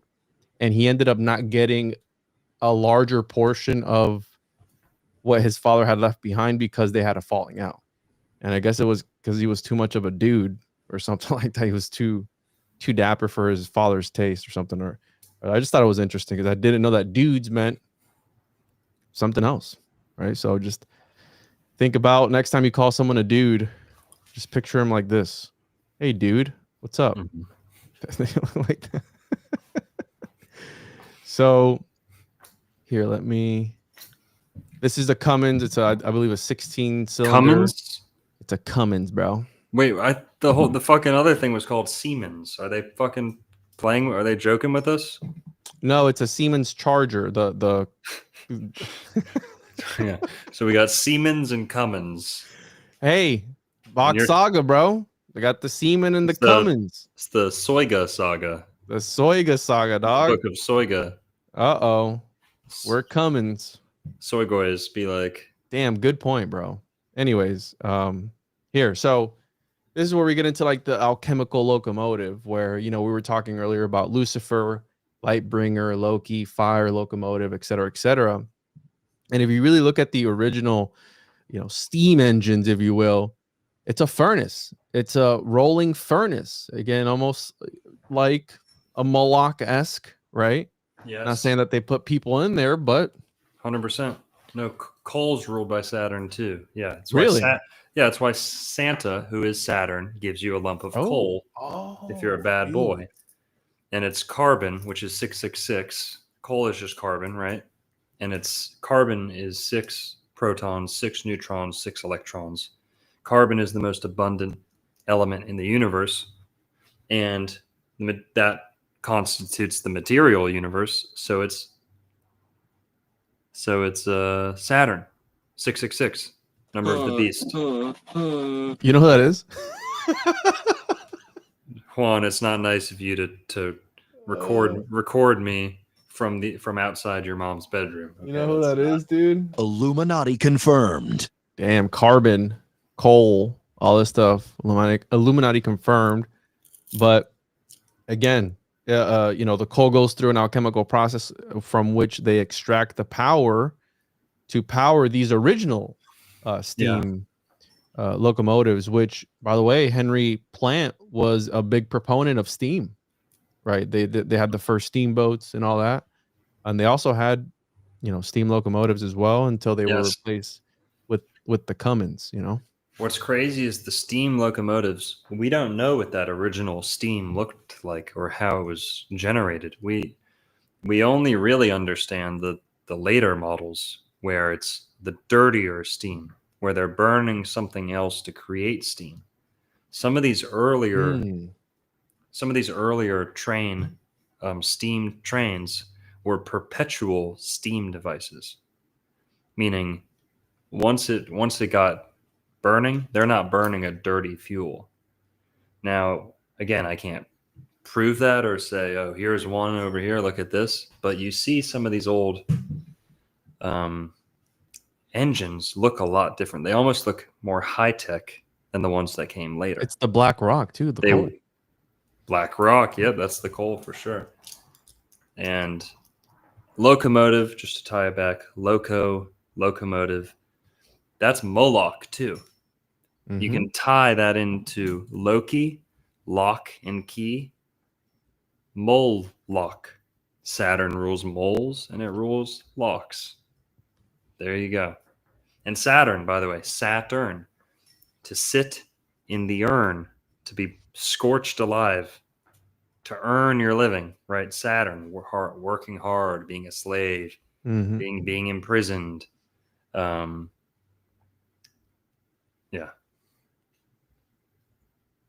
So again, I just have you know, alchemy. In my opinion, it's like you know, a rolling furnace. You mix in a little bit of here I have the etymology of bright, right? Radiating, reflecting light, bright, splendid, beautiful, divine. Line, cord used by builders for taking measurements, which is very Masonic, if you ask me a little bit. And there is a connection between railroad workers and a lot of them being Masons. Now, we don't know. We don't have concrete proof that Rockefeller or Flagler or any of these other guys were Masons. Henry Flagler was. I've recently got proof of that. Oh, do you? Yeah, he was admitted to a lodge in Pennsylvania, I believe. Whoa. Okay. Yeah, well, it's big news, recent. Stand corrected then. Well, there you go. So there's a connection between where railroad stations would be and lodges. And there's also have been lodges, at least here in Florida, that have funded railroad work as well. So there is a connection between the Freemasons and the railroads. Also, again, in Masonry, you have the two lines and the circle in the center, you know, representing the two holy saints, John the Baptist and John the Evangelist. Again, just another Freemasonic connection there. And here's where, you know, we mentioned earlier some Greek mythology, Hecate. You know, we mentioned Hermes, and you were talking about Saturn and Kronos and all these other mythological connections. So we have the Jupiter and Lake Worth Railway, also known as the Celestial Railroad. Yep. And it operated for a very short time because, like I said, Flagler actually put it out of business. And it operated from 1889 to 1895. And you're going to find some interesting stuff here, bro, because remember I told you I wanted to reconstruct, right? Hey, if we have these planets here, where else would the other planets fall? And it operated from 1889 to 1895, narrow gauge steam railroad that connected Indian River with Lake Worth from Jupiter to Juno, a distance of 8 miles. 8 also being an interesting number, right? It's infinity, essentially, if you flip it on its side. 88, time travel, you know, Back to the Future. It was operated by Indian River Steamship Company and its parent company, the Jacksonville, Tampa, and Key West Railway. The terminal at Jupiter was constructed beside the steamboat wharf. British writer Julian Ralph wrote about the railway in Harper's New Monthly magazine in March 1893, describing it as the Celestial Line because it stations at Jupiter, Venus, Mars, and Juno from north to south. Venus and Mars were little more than platforms along the route. The small train could not turn around, so it had to drive backwards northward to Jupiter. In 1889, the town of Juneau was selected to be the county seat of Dade County, primarily because of the railway terminal there. The small railroad went out of business shortly after Henry Flagler's Florida East Coast Railway began carrying passengers south to the Lake Worth region. The expedition party traveled on the train from Juneau to Jupiter. You know what expedition that was? Ingram. The Ingram expedition, the most occulted expedition that you've never heard about, but well, I would say it's on your channel, but it's not anymore. It's on my channel. We did a whole Ingram expedition de-occulting because it's been hidden from the history books. But check this out, bro, because look at this here. We have Jupiter Light right here. Jupiter Light, Jupiter Inlet. Lighthouse, Right? So check this part out. The J and LW was the southernmost railway in the continental U.S. when it opened in July of 1889. With Jupiter at its northern terminus, someone had the bright idea of labeling the settlement at its southern terminus Juno, Jupiter's consort in Roman mythology. Perhaps with an eye toward hyping their available holdings, land developers seem to have been behind the naming of the 2 intermediate stops, which soon popped up along the route. The southernmost of these was Mars, Jupiter's son, with the northernmost named Venus, Mars's lover. And then this part was interesting here. Also, a settlement about half a mile upstream of the Loxahatchee River, I always butcher that, was known for a time as Neptune. So this whole Roman deity theme had begun to develop. Now, the other one was unconfirmed sources. There was a saloon called Mercury Tavern near the site. And then an upscale community called Olympus along their former right-of-way is said to have taken its name from a seaside estate. And Olympus was the home of the Greek gods. So we had a little mythology here along the Celestial Railroad. And that's all I have as far as presentation with visuals.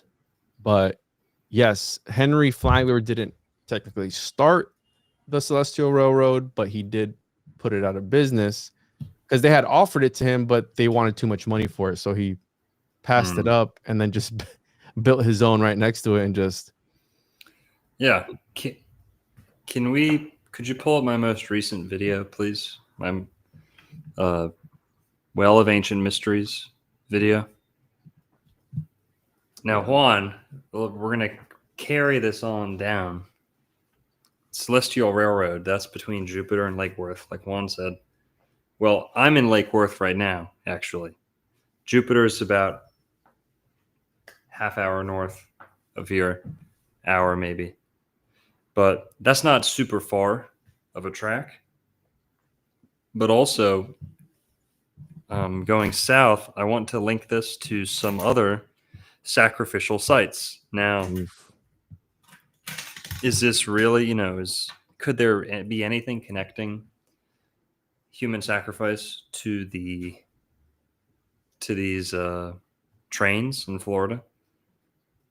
Well, We don't want to start at the beginning of this video. Let's go maybe 5 minutes in, please. Here? Maybe a little more. Go 10 minutes in. Here? Or more? Yeah, play it right here. Play. Can you guys hear it? From outside the fence, we could see various Can you hear it or spiritual no? sayings, Yes, occult I can. symbols painted on the walls, but the cottage itself seemed dilapidated and unlivable.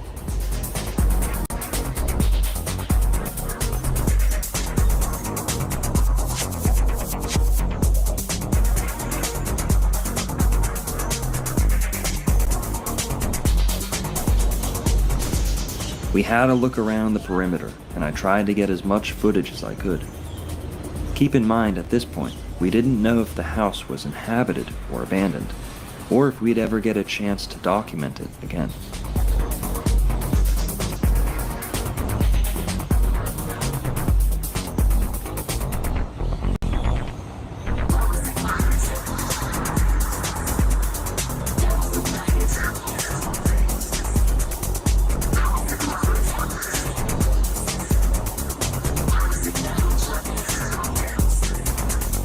All right, go to 25 minutes. Sorry. This is a site in Miami that's currently being demolished or in the process of getting demolished. How you doing? My name's Connor. All right. Yeah. What's your name? Lester. What was it? Lester. Lester. How you doing? Doing Well, good? Lester. Are you doing some No, I'm work just on there? No problema. Yeah. Go on. Saturday. What are you getting ready to do? He was actually Having stealing no that luck fence, in by the way. English, I put the camera away, then switched to Spanish.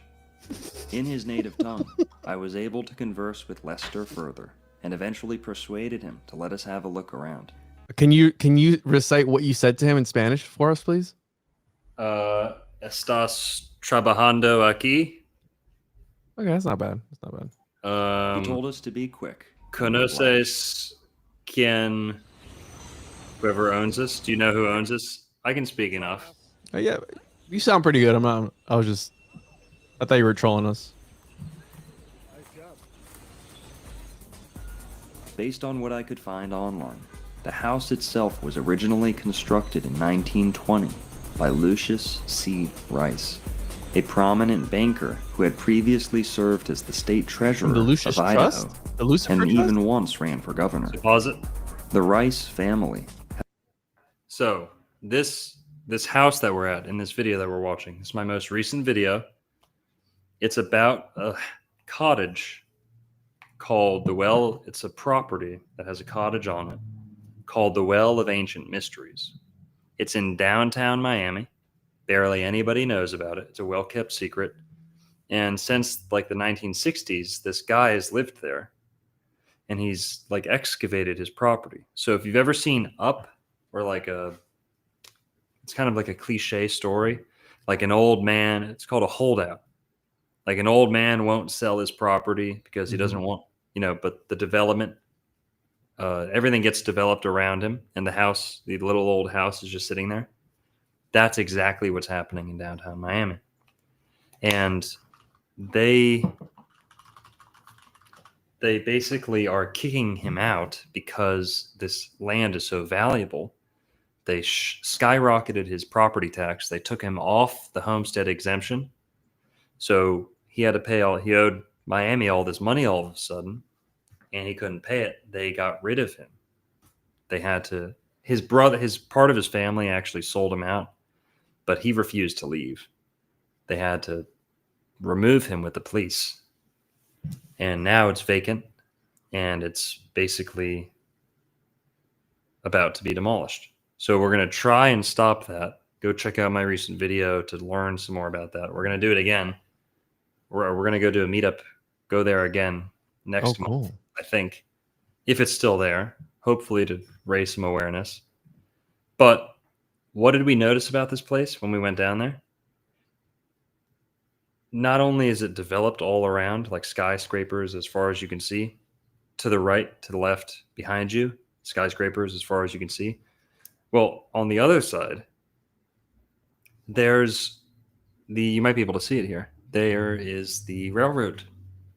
Railroad. The Miami Metro goes right next to this house, practically on top of it. It's pretty much on top of it. Now that Miami Metro, yeah, that's the part I want to play. Can you go back a little bit? Maybe a minute? Oh, yeah, we want to listen to this part. It's talking about how the railroad runs right next to the house. Yeah, play it, please. It was the Brickles who donated much of their land. Go back a little bit more, 90s. please. Its name from William and Mudez family when Ishmael was just a little boy. The Brickell neighborhood of downtown Miami takes its name from William and Mary Brickell, who first purchased the land in 1868, not long after living in the White House as part of the Lincoln administration. It was the Brickles who donated much of their land in the 1890s towards the development of the Florida East Coast Railway by Henry Flagler, the billionaire co-founder of Standard Oil, along with John D. Rockefeller. Without the Florida East Coast Railway, Miami would never have developed into the bustling city which it is today. Henry Flagler is not only regarded as the father of Miami, but also that of Palm Beach, St. Augustine, and modern Florida as a whole. It has been reported that Flagler himself was a Freemason, first admitted to a lodge in Pennsylvania. After recognizing that the FEC Railway ran just across the street from the house, it became clear to me why Tim felt drawn to this location. It was the FEC Railway which allowed people like Henry Flagler and John D. Rockefeller to pioneer the art of retiring to Florida. But the Fountain of Youth just so happened to be a driving motivation. The Victorian era actually constitutes the golden age of spring water tourism and hydrotherapy in Florida.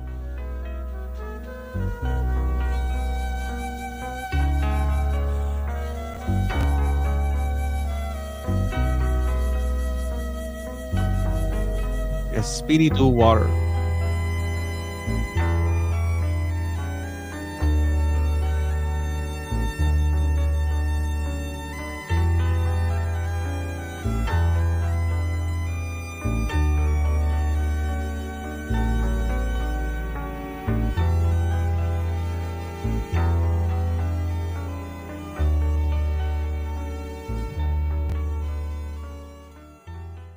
John D. Rockefeller himself settled at Ormond Beach, Florida, only after being assured by his experts that this particular region of the earth was the most conducive to long life.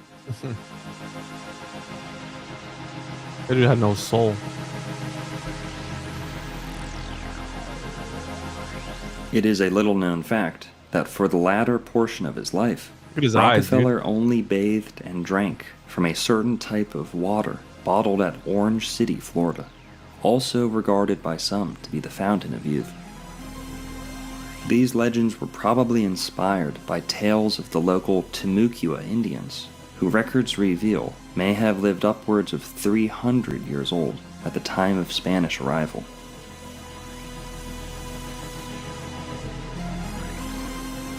Rockefeller was aiming for 100 years of age, but passed away in his Ormond Beach mansion at the age of 97.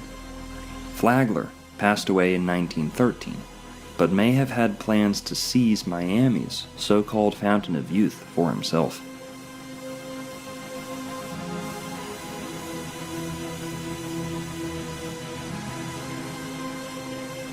I've never seen that before, dude. That's crazy. Oh, yeah. Florida was first discovered in pursuit of the Fountain of Youth, and we should not be surprised to find that some of its most powerful residents have since also been preoccupied with that pursuit.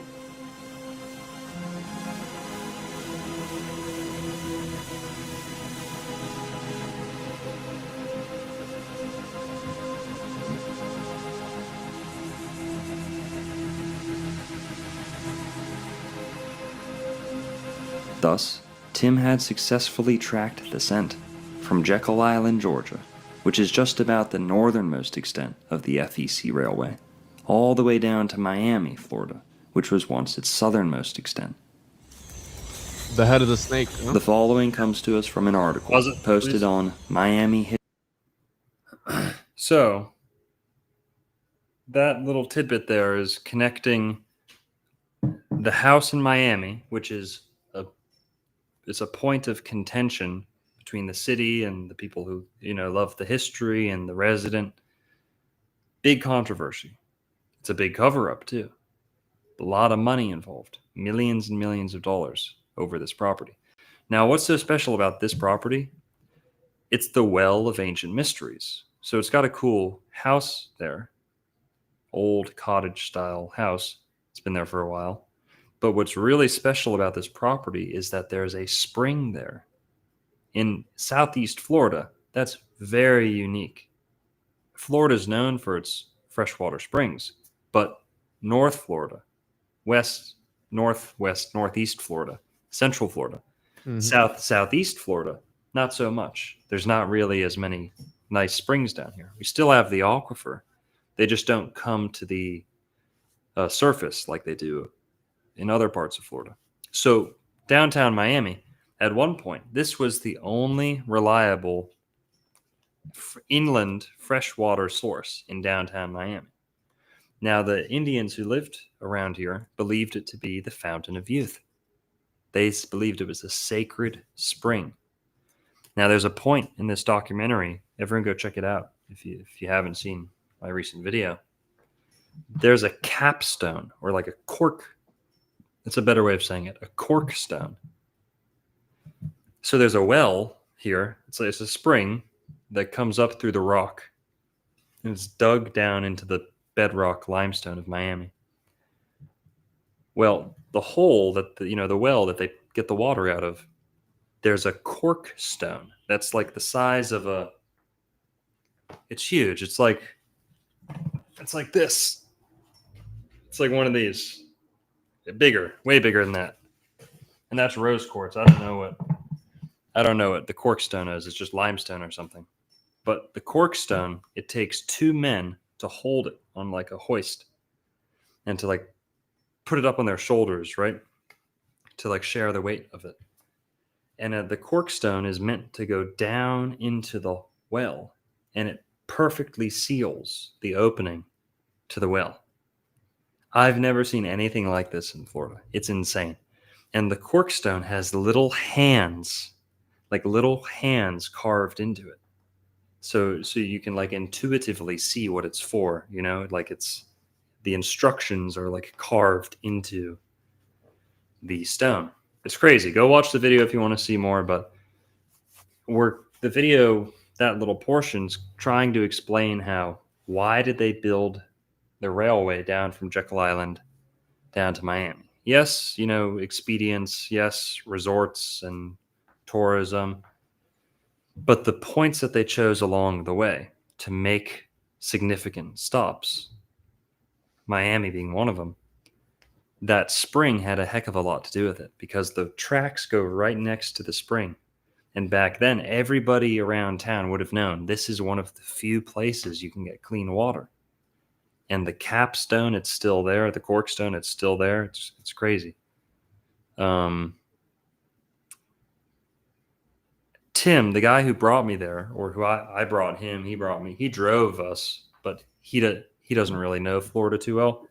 So we were both going down there to see that site for the first time. I'd never seen it. I'd only heard about it a little bit. We go to that place. We went there on his intuition alone. Tim Bentz, who's the guy who cleaned out the Jekyll Island curse, exposed the role that human sacrifice played in Jekyll Island and all that. Well, people always forget. That was started off in a rail car too. The Jekyll Island story, that all started in a rail car in New York. They took the cottage owned by John D. Rockefeller too. Yeah, they took a private train down from New York all the way down to Jekyll Island, which is probably as far as it went back then. 1914.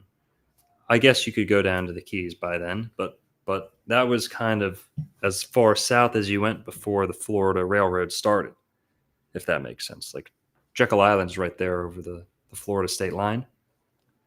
Now that had to do with a train car too. They took a train car down there. And then after that, Flagler continues developing the rest of Florida.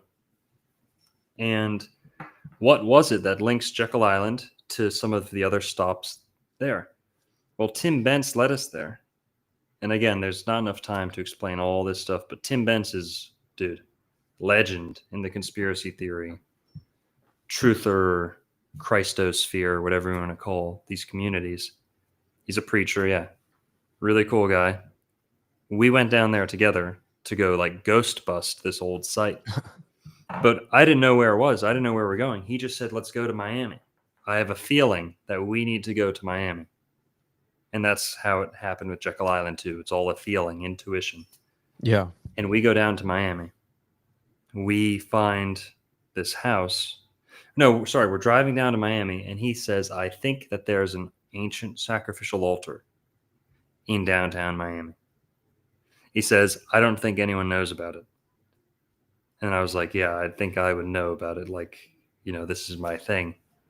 Sacrificial altars in Florida, I would know about it, right? Wrong. Downtown Miami.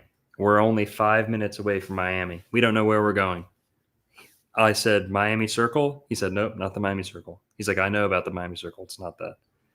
I said, the 444 Brickell site? The 333 Biscayne site? Any of those? He's like, nope, not those. It's something else. And I said, okay. And then right before we get to Miami, I do a little keyword search. Ancient sacrificial altar in Miami. I'm like, this isn't going to turn up anything. Well, it does. The first article that comes up, I think it's only one article. I think there was only one result. And it said, oldest altar in this part of the United States. Well of Ancient Mysteries on this guy's property.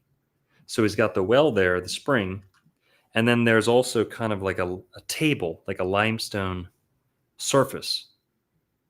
And he claims that's the oldest sacrificial altar in this part of the United States, the Southeast United States. Now, where's the other ones? There's one near Tampa Bay, and there's one at Jekyll Island.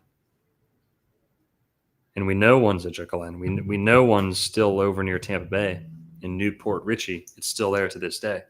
You can go see it. I've done a couple videos on that too. But basically, Tim led us to that house alongside the railroad, just off of intuition alone. And he kind of guessed that there would be a altar there, a sacrificial altar. And he was right. And this was like the cherry on top, because he started this whole journey up in Jekyll Island, uncovering this type of stuff. And the most recent one we just did together was in downtown Miami. It's the same people who kicked that off. Jekyll Island, Rockefeller and Flagler.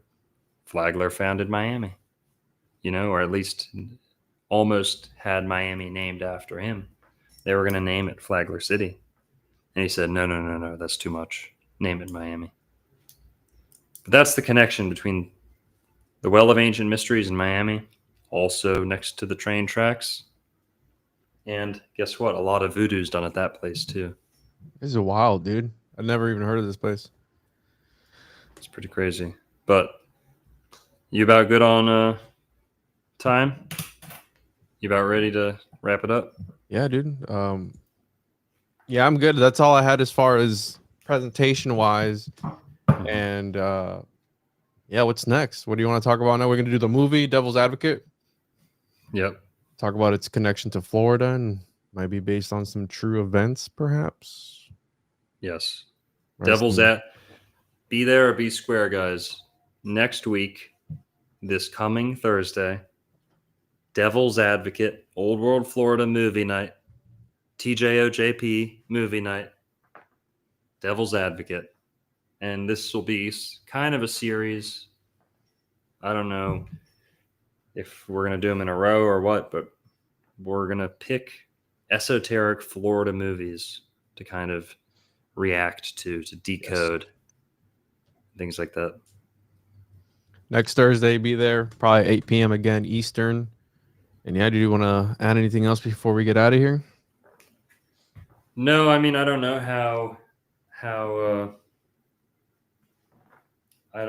how focused of a video this was. We kind of went all over the place, which is fine, but all good, dude. Still great. But the big take, 400 people in the chat, guys, too. That's dope. Thanks everyone for just tuning in to shoot the shit. But the takeaways on this, number one, Florida has a train that's out of control. Okay. There's a train that's killing people at an unprecedented rate. They're not talking about it. The news isn't giving it enough attention. If this were happening in any other state under any other circumstances, if this were any other, place and not as much money had been poured into it, they would have shut this thing down months ago, years ago. It's killing people, and there doesn't seem like they're doing anything.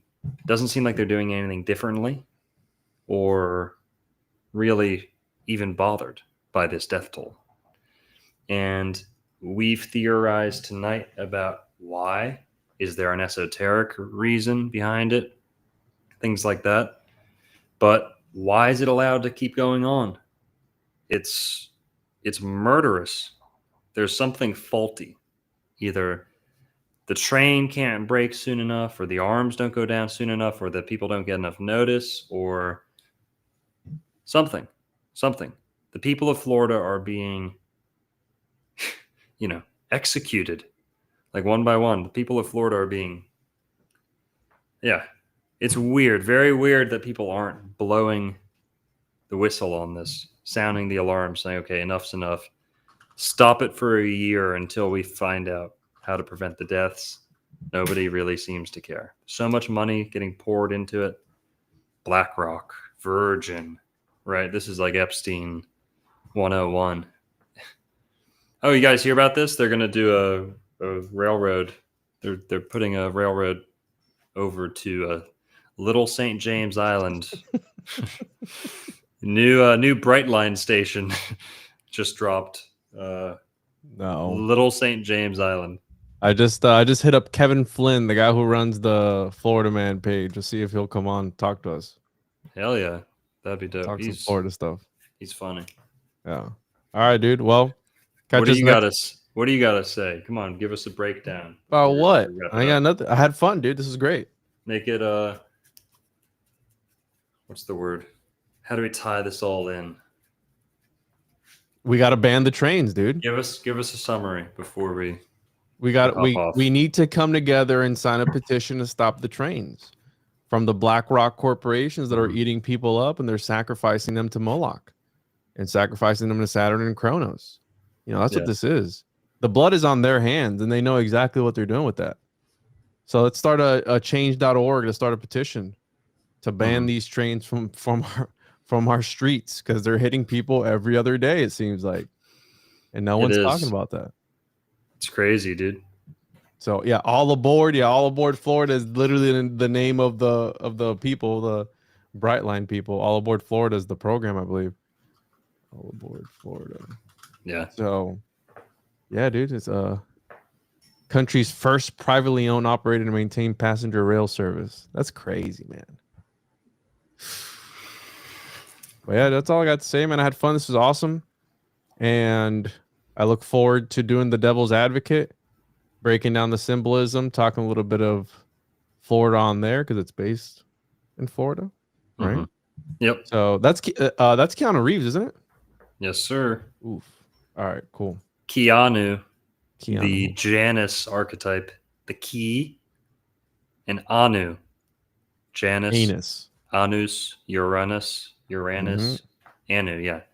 So Keanu is a very interesting character. There's not a single movie role that he's ever done that wasn't steeped in the occult, esoteric symbolism. The Matrix. Of course, yeah. Made by the Watch Out ski sisters, brothers. It's amazing they made a movie about the Matrix but couldn't escape the Matrix themselves. What does that tell you? Well, they got transed for exposing the Matrix. The Matrix hit them back for exposing the patriarchy. Ooh. Wait. They are hacking the Matrix by fighting the patriarchy, by becoming trans. Well, we'll talk about the $800 million worth of stone next time. So just get clearance from the people so we can talk about it. For the I'll check with my rabbi. All right, dude. Well, everyone, make sure to oldworldflorida.com, tjojp.com, all that good stuff. Yeah, guys. Guys. Go to oldworldflorida.com. What's the website? I don't have a website anymore. Dude. Anyways, owf.com. Get that website and activate it. How the hell do you not have a website? oldworldflorida.com. Nobody's got that website, dude. I don't think there's anything. No, get it. Just buy it. I'll buy it for you and I'll give it to you. Here. Okay. All right. Good night, everyone. See you on the next Thursday.